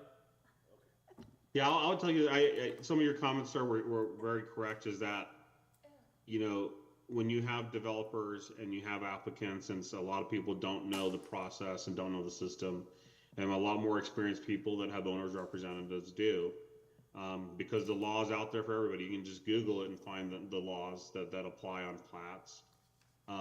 My advice always to the city and even for you guys is be most conservative with deadlines, right? So you can do simultaneous applications of the initial plat, the final plat, the preliminary plat and the final plat. And my advice always is to count from the most conservative. So we don't want to give ourselves more time. We want to actually make sure that the city complies within the time that it needs to act. So I would always go with the earliest date that we believe that the application was turned in, even if they went on a little bit sidetracks. The law doesn't forgive us, the city, if there's Christmas or New Year's or whatever that falls in between. City council couldn't meet, P&Z couldn't get a meeting together. It's unforgiving, as the other gentleman noted too, is that it's just, that's the way the laws have been written.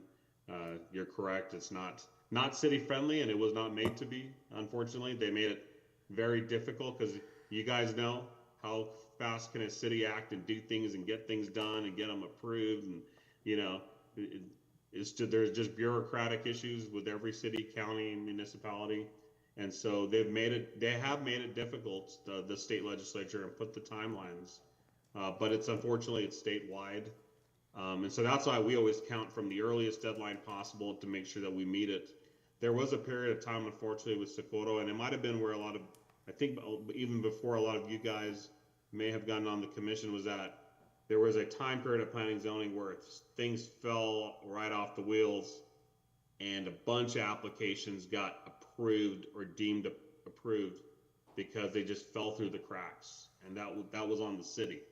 And so those things unfortunately can happen, but you know, and people will, as the other gentleman said, will benefit from the city's inaction. So yeah, I would be conservative and say day 30 ticks today from November 6th, because they turned in a simultaneous application, just to be on the safe side. Can you repeat know, we that? could count Day differently. 30, what was that? So from November the 6th, when they turned For in both? both applications. Okay, so then it was automatically approved. Both items were automatically approved per se, right? is that right? Mr. Body?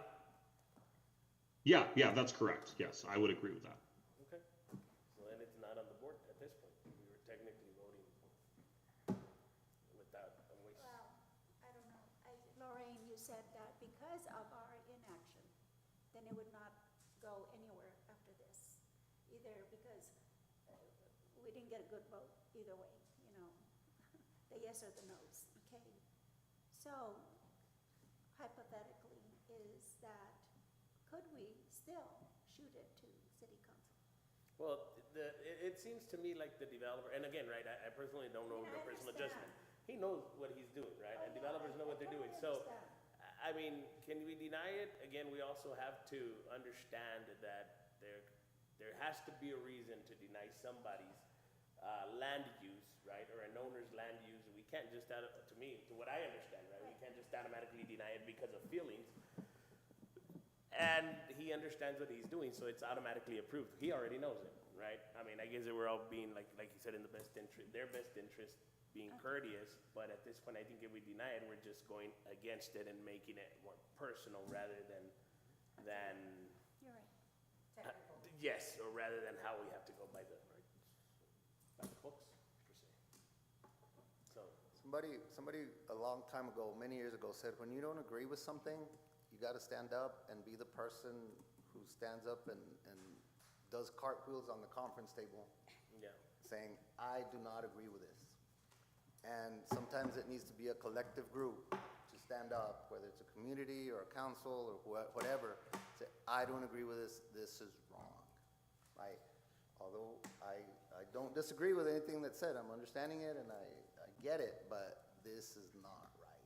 But we can get, I mean, there can be I the think developer, there this- can be a lawsuit or whatnot, right? If we deny it just because of our feelings or whatnot, Mr. Body, is that correct? I mean, there can always be. That's correct. So sorry, I keep citing to all the code, but I have it in front of me because I knew that you guys would have That's what questions. you're here, sir, for. So- We need to hear the most we can. Right? That's why I'm here, but, section 212.00.0099, judicial review of disapproval. In a legal action challenging a disapproval of a plat under this subchapter, the municipality has the burden of proving by clear and convincing evidence that the disapproval meets the requirements of the subchapter or any other applicable case law. The court may not use a deferential standard. I know there's some legal jargon there, but I'll just give you guys a general idea. You've heard on Law and Order things like beyond a reasonable doubt or by a preponderance of the evidence. Civil cases, you have to only prove your case by about 51%, then you win your case. In a criminal case, you have to show somebody's guilty. It's a higher burden, beyond a reasonable doubt. And unfortunately, the highest one is clear and convincing evidence, which is probably almost 99%, that the city has to prove it's correct on why it disapproved a plat. And that's the standard that's put on there. The last time the legislature looked at this law and amended it was September 1, 2023. So every couple, and before that, it was September 1, 2019. They've gone back several times, actually, and a lot of municipalities tried to find loopholes, and they've continually closed them down. There's another statute in there that also says that, well, because this is what cities did, they said, well, you didn't turn in a complete application. You didn't put a period at the end of the sentence. It's missing a subsection. It's incomplete. It was never turned in, so the 30 days didn't start ticking. They added a specific section in the law that said, you don't get to determine what's complete or incomplete arbitrarily. You can't do that. And when it's turned in, it's turned in. So they've constantly, I didn't realize that part of the law had changed as well. I just happened to be looking through it as you guys were asking a lot of questions. So a lot of these changes came in 2023, just 2 years ago. So they are constantly changing it. They're kind of vigilant on it. And there's state law, but then Socorro has its own laws, which have been enacted. And our ordinances also mirror the state law.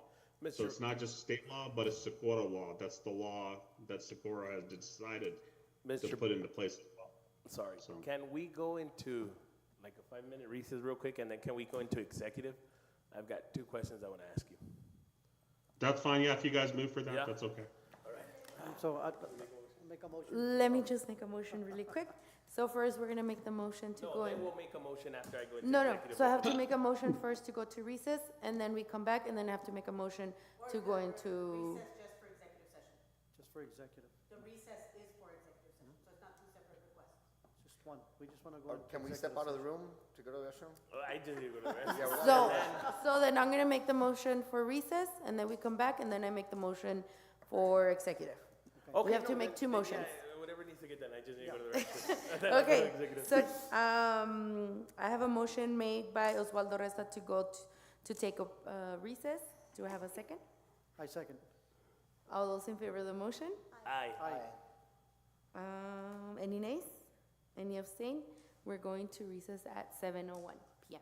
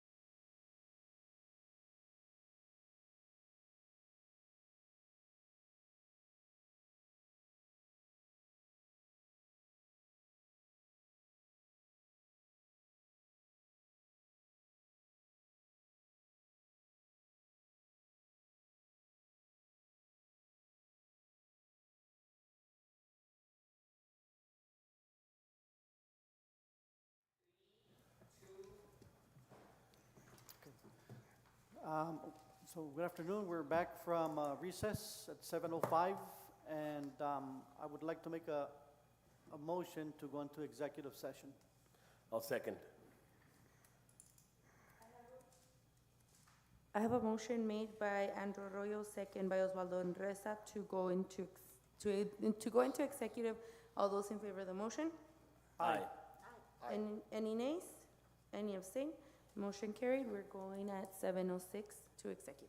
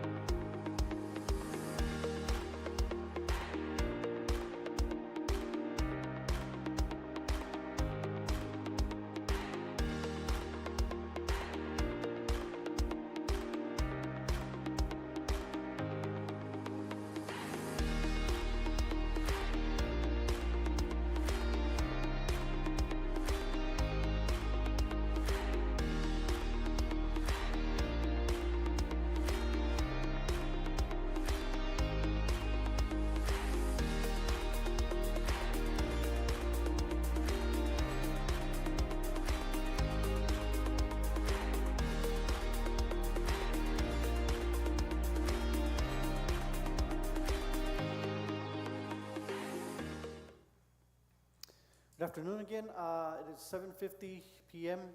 We are back from executive recess.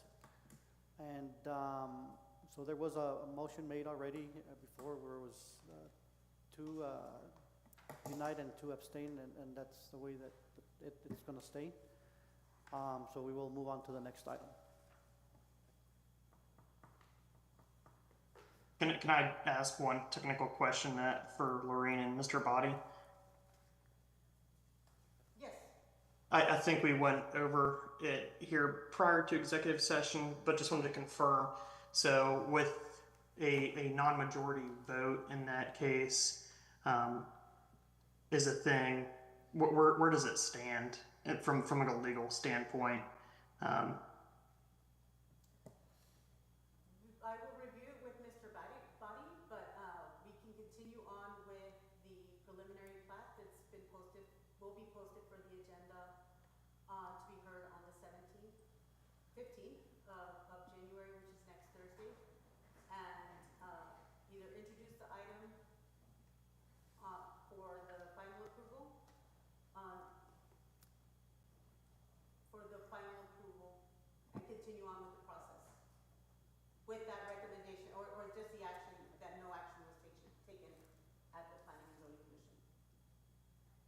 So, if I'm understanding correctly, if no action was taken by statute, then it is no action taken when we're past the expiration date. That means it's approved by statute, correct? Yes, there's also that. We've already passed the 30 days. We would have passed the 30 days and it would have automatically gotten approved. It will get automatically approved. Understood. Thank you. Item number 8, consider and take action on the election of officers for Planning and Zoning Commission. For Chairman, Oy. I'll say that because of the discussion that we just had in executive session, that we table this item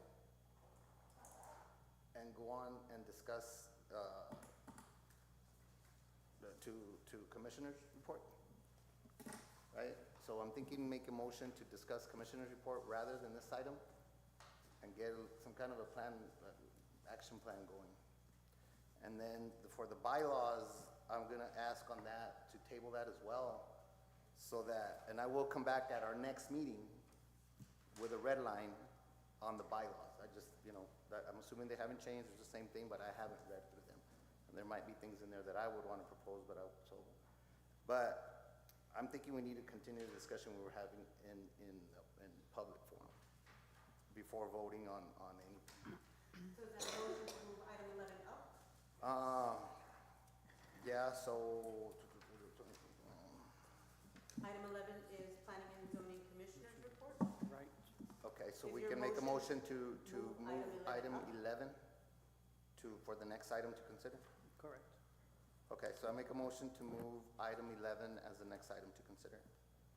do I have a second? I'll second.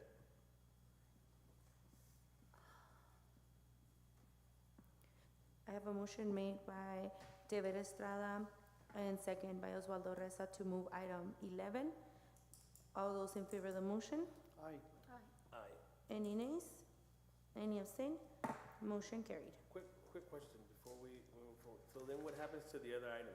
We're just putting, they're just right, we're just changing order. We're doing 11 first before we move on to the next items. Oh, but we will cover them today? I think we need to cover Depending on them. your conversation from Right now. number 11, Mr. Estrada has requested that Oh, we okay. I thought discuss you wanted to this table for them. a game plan. And Well, I thought you I wanted to want- table them for a later date. Well, it's depending, I guess, on what we decide Conversation? on item Okay. 11.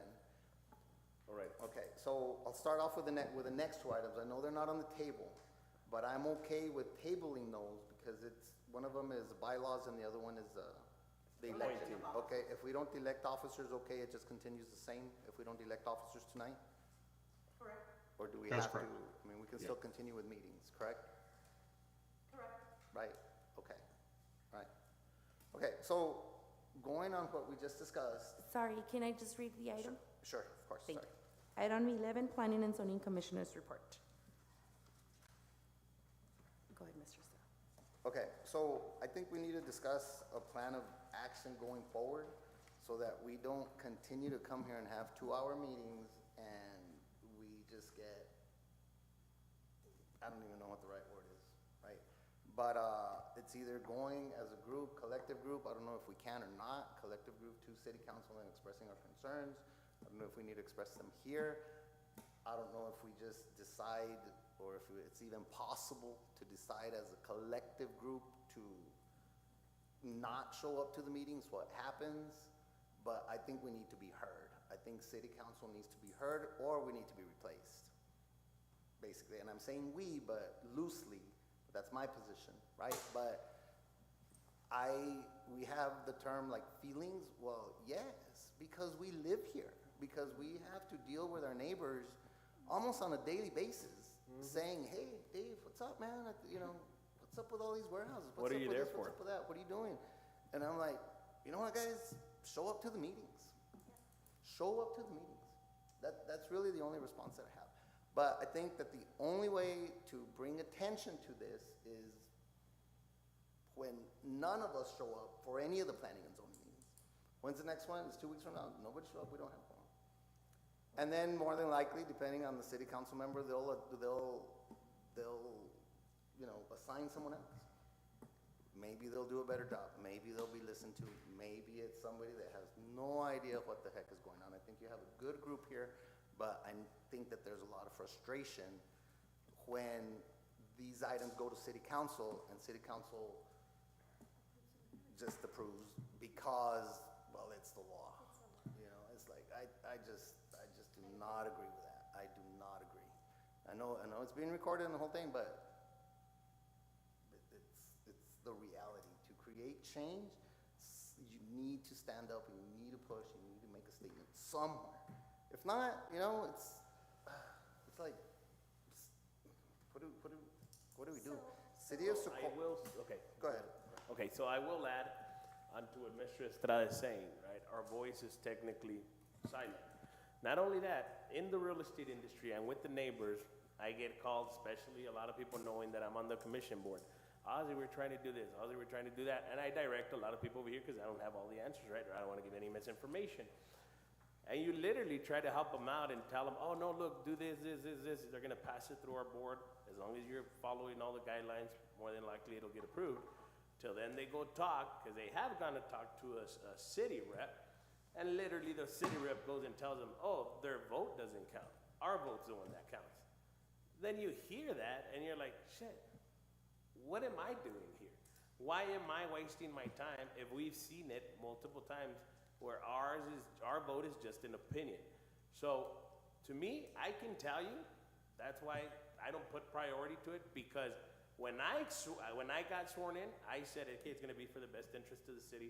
It's going to be, we have here as a position. But when a city rep goes and says that, oh no, they're literally nothing. They're just a person there. Where does our voice get heard, or what are we doing here? Because if that's the case, hey, let's just approve everything, or let's just deny everything. Well, approve it, right? Because then city council will be the one that approves it or denies it based on our recommendation. Right, when either way, the ones we've denied, they've all gotten approved after we deny it. So at what point, am I right or am I correct or am I wrong? Is there any other boards in the state, right, if we follow state or laws or national laws, is there a city or is there a state where planning and zoning actually has a voice, and when they deny something, it's confirmed denied, or do all cities or all jurisdictions operate the same way we operate, where our opinion is only an opinion? Because if it's only an opinion, then we're technically only doing this to be informed. And for me to be informed, I can follow it on YouTube, or I could follow it on city council meetings, you know, if I want to be informed. But if I actually want to have a voice, and I actually want to be heard, and I actually want to attend to those calls and be a public voice for the city, well, then I want my vote to count. You get me? Because now that I recently heard that, I hope he wasn't doing it in any malicious way, right? And I'm thinking he wasn't. It was just literally saying the truth, right? Hey, well, their voice doesn't count. They really don't have a say. It's just a procedure that we have to follow. Then What am I doing here as a real estate agent, like Mr. Estrada said, when I have appointments, and I've called to cancel my, before I used to make it a priority on my calendar. I could not book another appointment at that time because I have planning and zoning. I can tell you now, I will always overwrite my meetings because my voice has no count. I'd rather go make my commission than be here present. I can tell you that them being here more years, they have more courage than I do, but to me, after hearing that from a resident coming to me to tell me, hey, well, your position isn't worth anything. Well, good, right? Maybe we are in politics, but from another same team member, I'd understand it from an opposition or something, but from the same team member. So where can we make that change, or where can we actually be heard? Can we get on the same room with city council to tell them, hey, can we change this because of the city? Can we vote to where if it dies with us, it dies with us and that's it? Or is that not an option? I'll help try to answer some of the questions very briefly, but planning zoning commission powers and city council and how you guys interact is found in a few different places. The Texas Local Government Code always, that's one place. Number 2 is city ordinances. Number 3 is the city charter. And it establishes what city council can do, cannot do in planning zoning and what is their roles.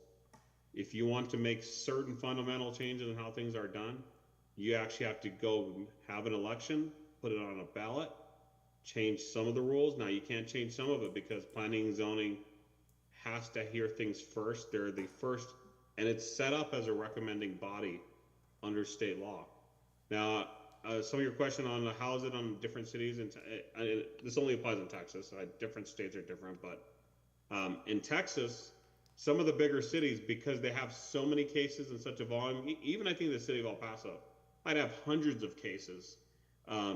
They might be more deferential to planning zoning because they don't have the time to sift through 90 applications at every city council meeting, right? So they just run through it and say, all right, we will sign off on what they did. So yeah, it's set up because of a volume, but on the flip side, and I'm not defending the system or wondering how it doesn't matter to me how it's set up. But the way it's set up is it's recommending body because you guys are appointed, but you're not elected by the people. So the city council, they have the dual burden of they're elected, they got to run for election. And if somebody doesn't like the decisions, those people are out of there at the next election cycle. But with you guys, you're not actually elected. So you can make a bunch of decisions that people can be unhappy, and you're in your appointment until you're in your appointment. And you're not actually accountable to anybody, to the voters, except maybe to the city council if they decide to remove somebody. So it's kind of, but you guys are also civilians, and I realize too, I will tell you, your service is valued. I know you're not paid for it. I can't believe the amount of time that you guys spend on it, and you guys deliberate and use a lot of due diligence and very thoughtful, and it's a thankless job. So I will thank you as the attorney for showing up, doing your job, and helping the community, and really, it's a tough, I think you guys have gotten some of that flack from people, and unfortunately city staff also, they do a great job and they're paid for it, but they also catch flack on a daily basis. And city council, you know what? They get paid the big bucks and they get elected. They can take all the tomatoes that are thrown at them if people are not happy, and that's the job they sign up for. So yeah, for you guys, it's unfair if you get criticism. I'm sorry if you get it that way, and I understand your frustration. There's other few ways, and maybe Miss Lorraine also has, I think there was at least one time maybe last year where you guys did like a joint planning zoning meeting at the same time with city council in the room, if I recall. Yes. Maybe it was Arterial 1 or something like that. So there's opportunities where if you want to be in the same room, we could talk to them and see if they could do maybe a joint meeting at the same time. You could also do a joint workshop with them, like on a Saturday, and get city council there, get planning zoning there, and said, okay, here's all the issues we've got. We need to hash them out. We need to have a better system. So there's opportunities, obviously, to make a change. You guys always have a right to also go to city council, show up at the next meeting, sign up for public forum. There's a lot of different ways to do it. But I want to assure you guys that you guys do a great job. You do provide, and I will tell you this, I go to city council where I look at the agenda items, specifically planning and zoning. I actually have to keep track for the next city council meeting, usually with Jim Martinez, the city attorney. I will tell you on the vast majority of them, they go along with your recommendations. Planning zoning presents to you guys, they go with your recommendation. I would, if I had to put a number on it, I would say 80% seems to be about the same thing. Or if there's constituents that are upset with you guys, those same people show up at the city council and they're just as vocal, and they will actually agree with you on a lot of things. They will disagree on some things, but they also have that right eventually as the elected body to make the final decision. And sometimes they have to take things into consideration that you guys don't have, such as the city budget. So if there's a litigation issue and they say, well, Mr. Bhatti, what is it going to cost the city for us to challenge it? And I give them a budget and they say, oh, well, we're not going to pay you that to go fight it. We just don't have it in our budget. It's either that or we go increase taxes on all the citizens by 10% next year, which will make everybody very unhappy because we're now suing all the citizens and going after them with their own tax dollars and increasing taxes on people to sue your own people.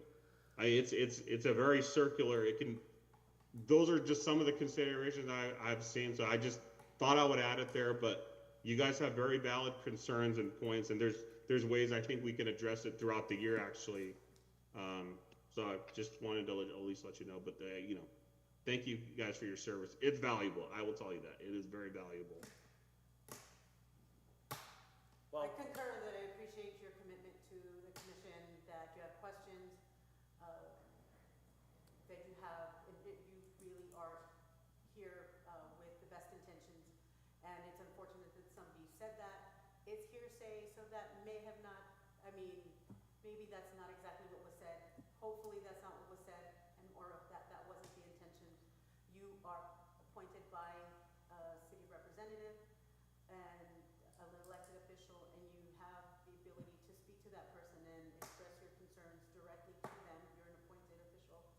And as Mr. Bhatti pointed out during city council, not just as a public comment, but if a full item needs to be placed on an agenda, I can take that to the city manager and ask that be placed on as an agenda item.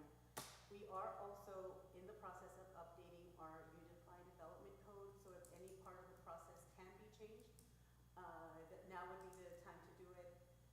And I know that we had initially planned on getting that finalized in this month, but we are going to ask for an extension of time to continue working on that, hopefully to be completed by the end of March. That was something that will bump up from the director's report, department report. So yes, whatever action you would like to take right now. But to answer your other question, is it uniform across the state? No, it's not. The way we have it laid out is within the current statute. I was mistaken. It was my understanding, as other people have stated previously, that things ended at the Planning and Zoning Commission. Things like plats and subdivisions, because there is no room for that public hearing sway of other information. It is very technical, but planning and zoning applications such as zoning changes, conditional use permits, those we're evaluating. What is the process to make sure that we're in compliance with? What happens if an application gets a denial from planning and zoning? Does it need to meet additional approval requirements from city council, such as a 3/4 majority or a full majority? So there are those options. Again, things that can be discussed together as part of the UDC development, or just individually with the commissioner who is appointed. Commissioner. I think I would like to do that as soon as possible. I would like to, because Which part? I'm both proposing meeting couple with of them and seeing if we can amend the ordinance to where we actually have a voice. To where if it ends with us, it ends with us. It doesn't go to planning and zoning. So whatever we have to do to either get with city I council. don't think, back to Mr. Bhatti's point, you still are a recommending body, but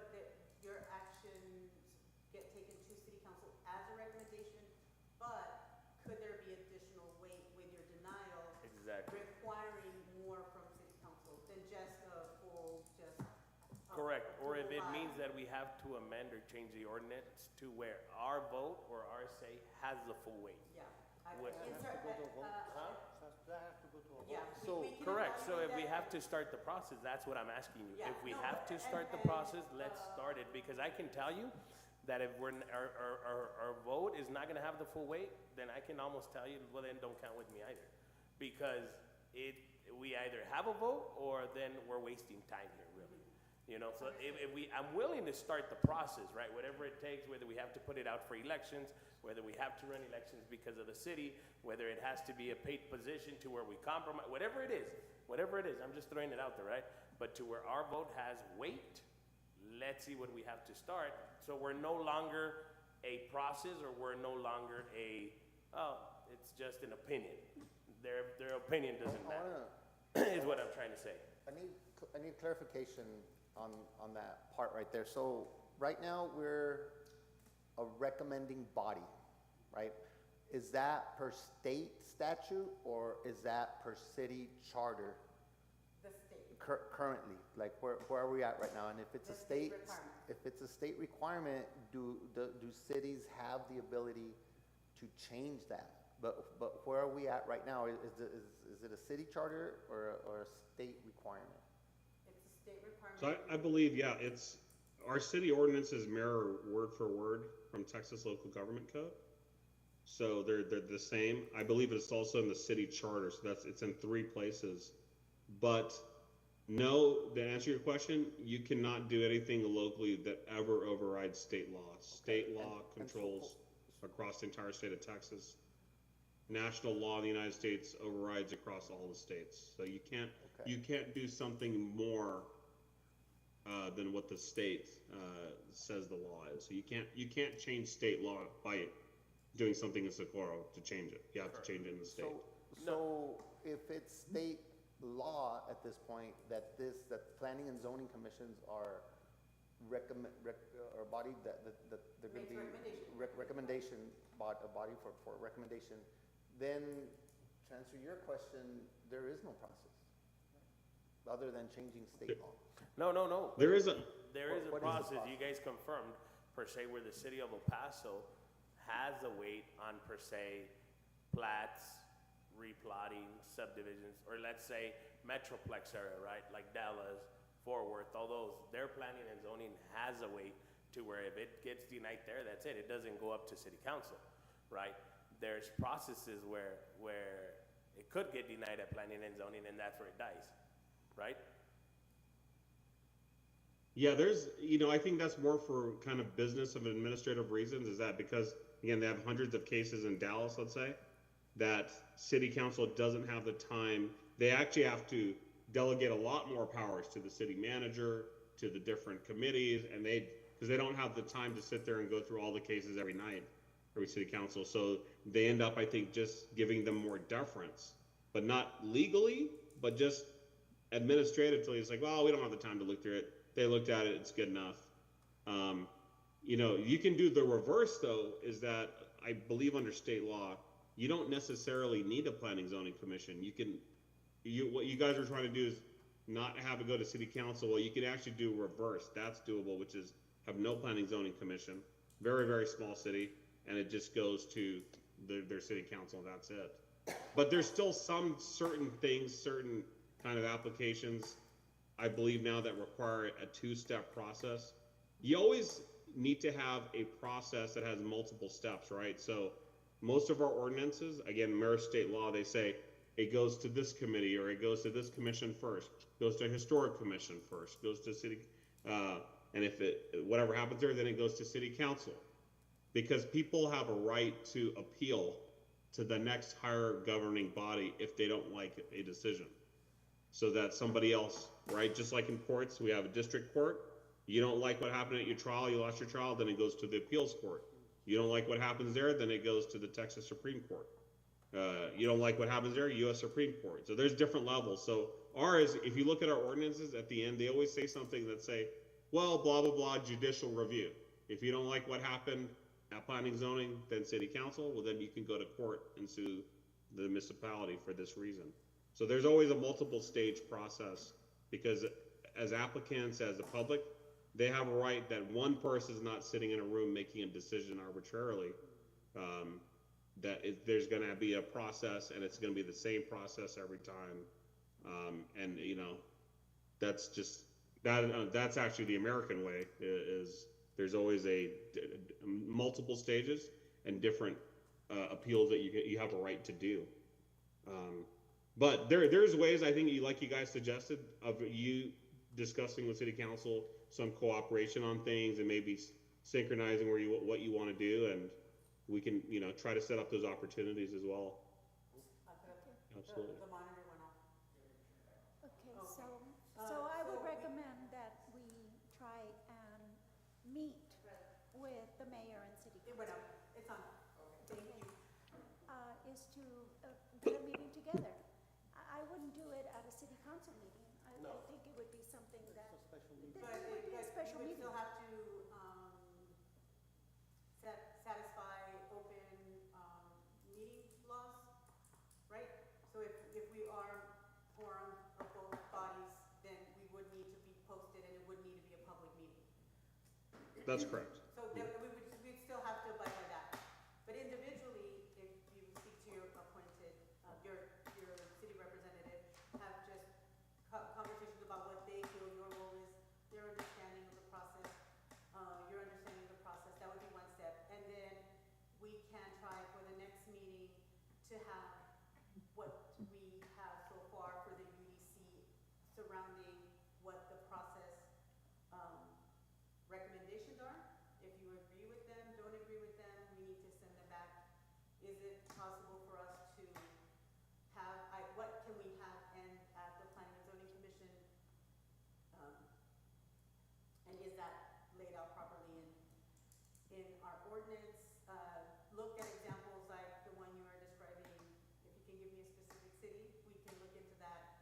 If you know that that's how that municipality works. If it is in fact because of volume, and then look for other examples of how they operate, how other cities operate, so that the weight of the Planning and zoning. Planning and Zoning Commission recommendation is taken into full account. So as an individual commissioner, we can reach out to anybody we want, whether it's a state representative or a Of city course. representative, and have discussions about what kind of issues we're having, to see what kind of recommendations we get, whether we reach out to Cesar Blanco or Mary Gonzalez or Tony Gonzalez or whatever, is to voice and see what kind of recommendations we get from them, because it is a state law. Am I Yes. getting that right? Okay. All right. Okay, then we can start somewhere. We can start with our city reps and have individual discussions. We all cover a different district, so we should be able to do that and see, and then maybe bring it back to the table. You know? Because, and I have to agree with Mr. Reza, is that it is very frustrating, because we do volunteer our time, and we want to be able to make a difference for the constituents of the city of Socorro. We want to do the right thing. And at this point right now, we can't. Okay, we have to agree and without disagreeing, you know, and so I think it's just frustrating. Well, either that or we just continue to give our recommendation or run for city council. Yeah. Right? Run for city rep. Yeah. That's all I have. Okay, so what's the course of action? From my understanding, it is that you all are going to individually talk to your state representatives, but then on our end, evaluate what we are going to be proposing in our UDC rewrite, because that is an opportunity to change if there is room in the legislation to see what items rest at and stand at the Planning and Zoning Commission level. Okay, I'm not sure how to get this done, but I would like for city council to see on video at their next meeting, this entire item on video. they should sit here for 30 minutes looking at our discussion and looking at what our concerns are. And that takes it right there. These are our concerns. And not the whole meeting, just item 11, that's it. Let us know when that's gonna be on video so that I'll be present, I'll ask the rest of the commissioners to be present, and then if we have our 3 minutes of fame, we have our 3 minutes of fame or whatever, right? But I think we need to do that. So how can I get that? Do I make a motion to do that under this item? To get all of the video for item 11 in front of the next city council meeting, so that they have to sit there and they have to watch the entire 30 minutes for item 11. And that takes it right to where it needs to go. The process for placing items on the agenda would be I would take this to the city manager and make that request. And I can follow up with you to see what's. Why can't we put item 11 on a video for the next city council meeting? It's not an item, it's not a planning and zoning issue or anything. It's an item for discussion, for action, for information. It's just a presentation for information purposes. Is that what you're requesting? Yes, they need to be, Because I you guess feel you maybe are not not informed, aware. but they need to be made aware. Like, this is live, we're not hiding anything, this is what it is.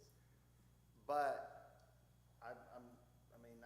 if we can't even do that as a planning and zoning commission, having, this is our concern without it having approval from the city manager, then let's call a special meeting to where we sit here and hash it out with city council members. Yeah, but, I'm not gonna go to the city rep. I'm not gonna go individually to any one of the commission members. It's a private conversation. That's politics. That's politicking. That's going into politics. I'm not in politics. If I wanted to be in politics, I'd run for office somewhere. I'm just saying, get this in front of city council. I don't think that's a difficult request. Why do I have to get approval from one person, which is the city manager, if that's the process? There's 4 of us right now saying this is what we want. Why can't we do that? Where does it say that we can't do that?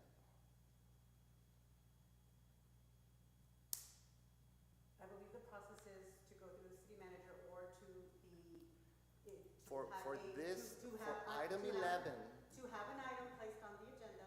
If you would like to write the language, or I can propose from my understanding of what you're asking for, the language to get placed on the agenda, whether that is the city manager to place the item on the agenda, or me as the department head to place it on the agenda. okay, so Or who makes that decision to get it on the agenda? The city manager. Okay, that's legal- one person. Legal, because it needs to be reviewed by legal, or a member of the city council. or a member of the city council. Or you mentioned yourself. Myself, but Or my yourself. things are good. Okay, All so- my items get reviewed by the city manager. Okay. Anything that I place on the agenda gets reviewed by the city manager, the city clerk, attorney, for appropriateness and all the legalities. I don't place items on the agenda because I want to. Okay, Right. understood. So I can take your request. Yeah, but what I'm saying is that it could be denied by the Yes, city it manager. could. It could get It could be denied. denied by one person. It would be, the intent But is to get. I can make your, again, if you would like to write it out yourself because you feel like you can make a better assertion for what you are trying to the point you're trying to make. Or I can try to write that and as the best that I can, understanding your frustration and what you are trying to say right now, we can, either way is fine, but there is a process.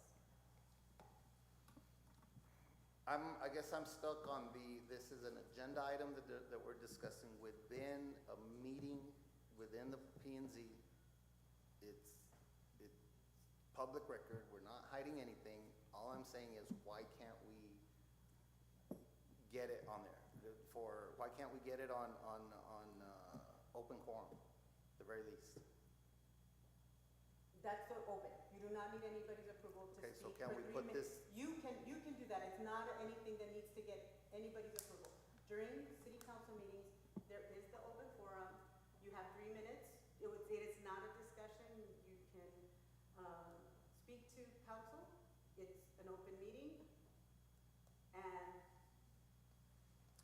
But it is 3 minutes, and I can ask for an extension of time, but they Yes, can you still can say, no, you only have 3 minutes. How long is the video? 20 Yeah. minutes.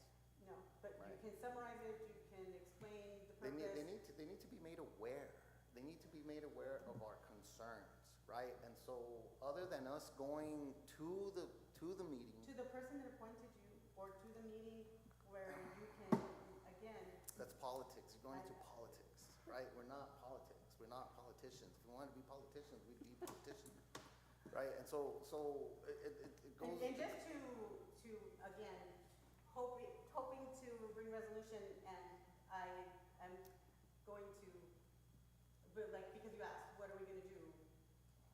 I'm going to take this item,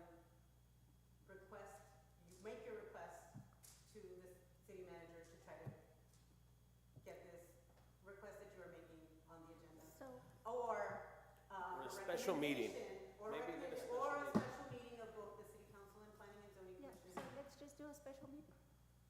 Let's just do a special meeting and we Yeah. can air the 20-minute video. Yeah. Okay. Or we can send the video to them, request them to view that item, so that when we meet, they're already informed of it. Something like that. We'll do that. I mean, that's in the spirit of compromise, yeah, but, yes, if that's the best I can get at this point, right? But I think the issue needs to be forced. It's the beginning of the year. It's the right time to do it. There's the next item, and this is where I was going with election officers. Well, are you up? Are you gonna stay? Are you gonna leave? Am I gonna stay? Am I gonna leave? What are we doing? We have our goals set. It's the beginning of the year. Let's get started on the right foot now, rather than do the typical thing that a government will do, is just kick it down the road, and a year from now, we're gonna be having the same discussion. I don't wanna do that. Guys, what I might suggest, because we're talking about officers, is that I think we were on 11. We still need to go back to items 8, 9, and 10. Did you guys, I think I had earlier that there was a motion to possibly table those to the next meeting. Was there a motion on that But one? no, there was no motion. That was just a discussion, and the only motion that was taken, and we're still on it, is item 11. To move item 11 above 9 and 10. Yeah, Let's finish up item 11 with a request that you take that to city council and see if we can have a meeting or whatnot. Yes. And then- So various options, the crux of it being that the planning and zoning commission does not feel that their time and commitment is being, If I may, I would request that you take this video, give it to planning and zoning, and then request a special meeting to them. I mean, give it to city council, I'm sorry, and then request a special meeting with them, so that we can have a dialogue, discuss, and then decide from there whether we decide to move forward or not. If after if they decide to take the time to watch the video on their own time, and they say, you know what, and they can decide individually to move forward and have a sit down, right? But if they don't watch the video, or they watch the video and say, no, never mind, we'll just replace them, or whatever, right? Yeah, I think that's a good idea. thank you. Okay. Okay, how do we No, proceed with that? She got it? I think it needs, not that I don't trust, but is there a motion? That's what we No, want? there's no action items, it's just a It's a no commissioner's action report. item, okay. This is not written up as an, yeah. Okay, understood, fair enough, okay. So moving on to item number 8, consider and take action on the election of officers for Planning and Zoning Commission. So I think we all want to table it, right? Correct. Yes. So we want to make a motion to table the item. Now, second. To a specific meeting date? Not until after we meet with city reps, I would say. After that's Did- determined. Special meeting. Did you guys want to table 8, 9, and 10 together, or you want to do them individually? I think 8, 9, Might be 10. easier that way. 8, 9, and 10, yeah. Okay, can I have somebody to make that motion, please? Make a motion to table 8, 9, and 10.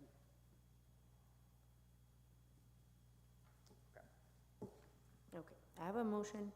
Do I have a second? I'll second. Ladies first. I have a motion made to table items 8, 9, and 10 for the next meeting after meeting with city council members. by Andrew Arroyos and second by Yolanda Rodriguez. All those in favor of the motion? Aye. Aye. Any nays? Any abstain? Motion carried. Item number 12, Planning and Zoning Department report. Ms. Quimito? Thank you, Mary. I don't have very much on the department report. I just do want to introduce our newest employee, Diego Ruiz. Well, welcome. What a welcoming, right? Welcome. We are very happy to have you on board as our new planner. We're excited to introduce all of the aspects of Socorro and planning and zoning, many areas. And yeah, no, thank you so much for joining us. It's going to be, I'm really happy to have you on board. Welcome. Thank you.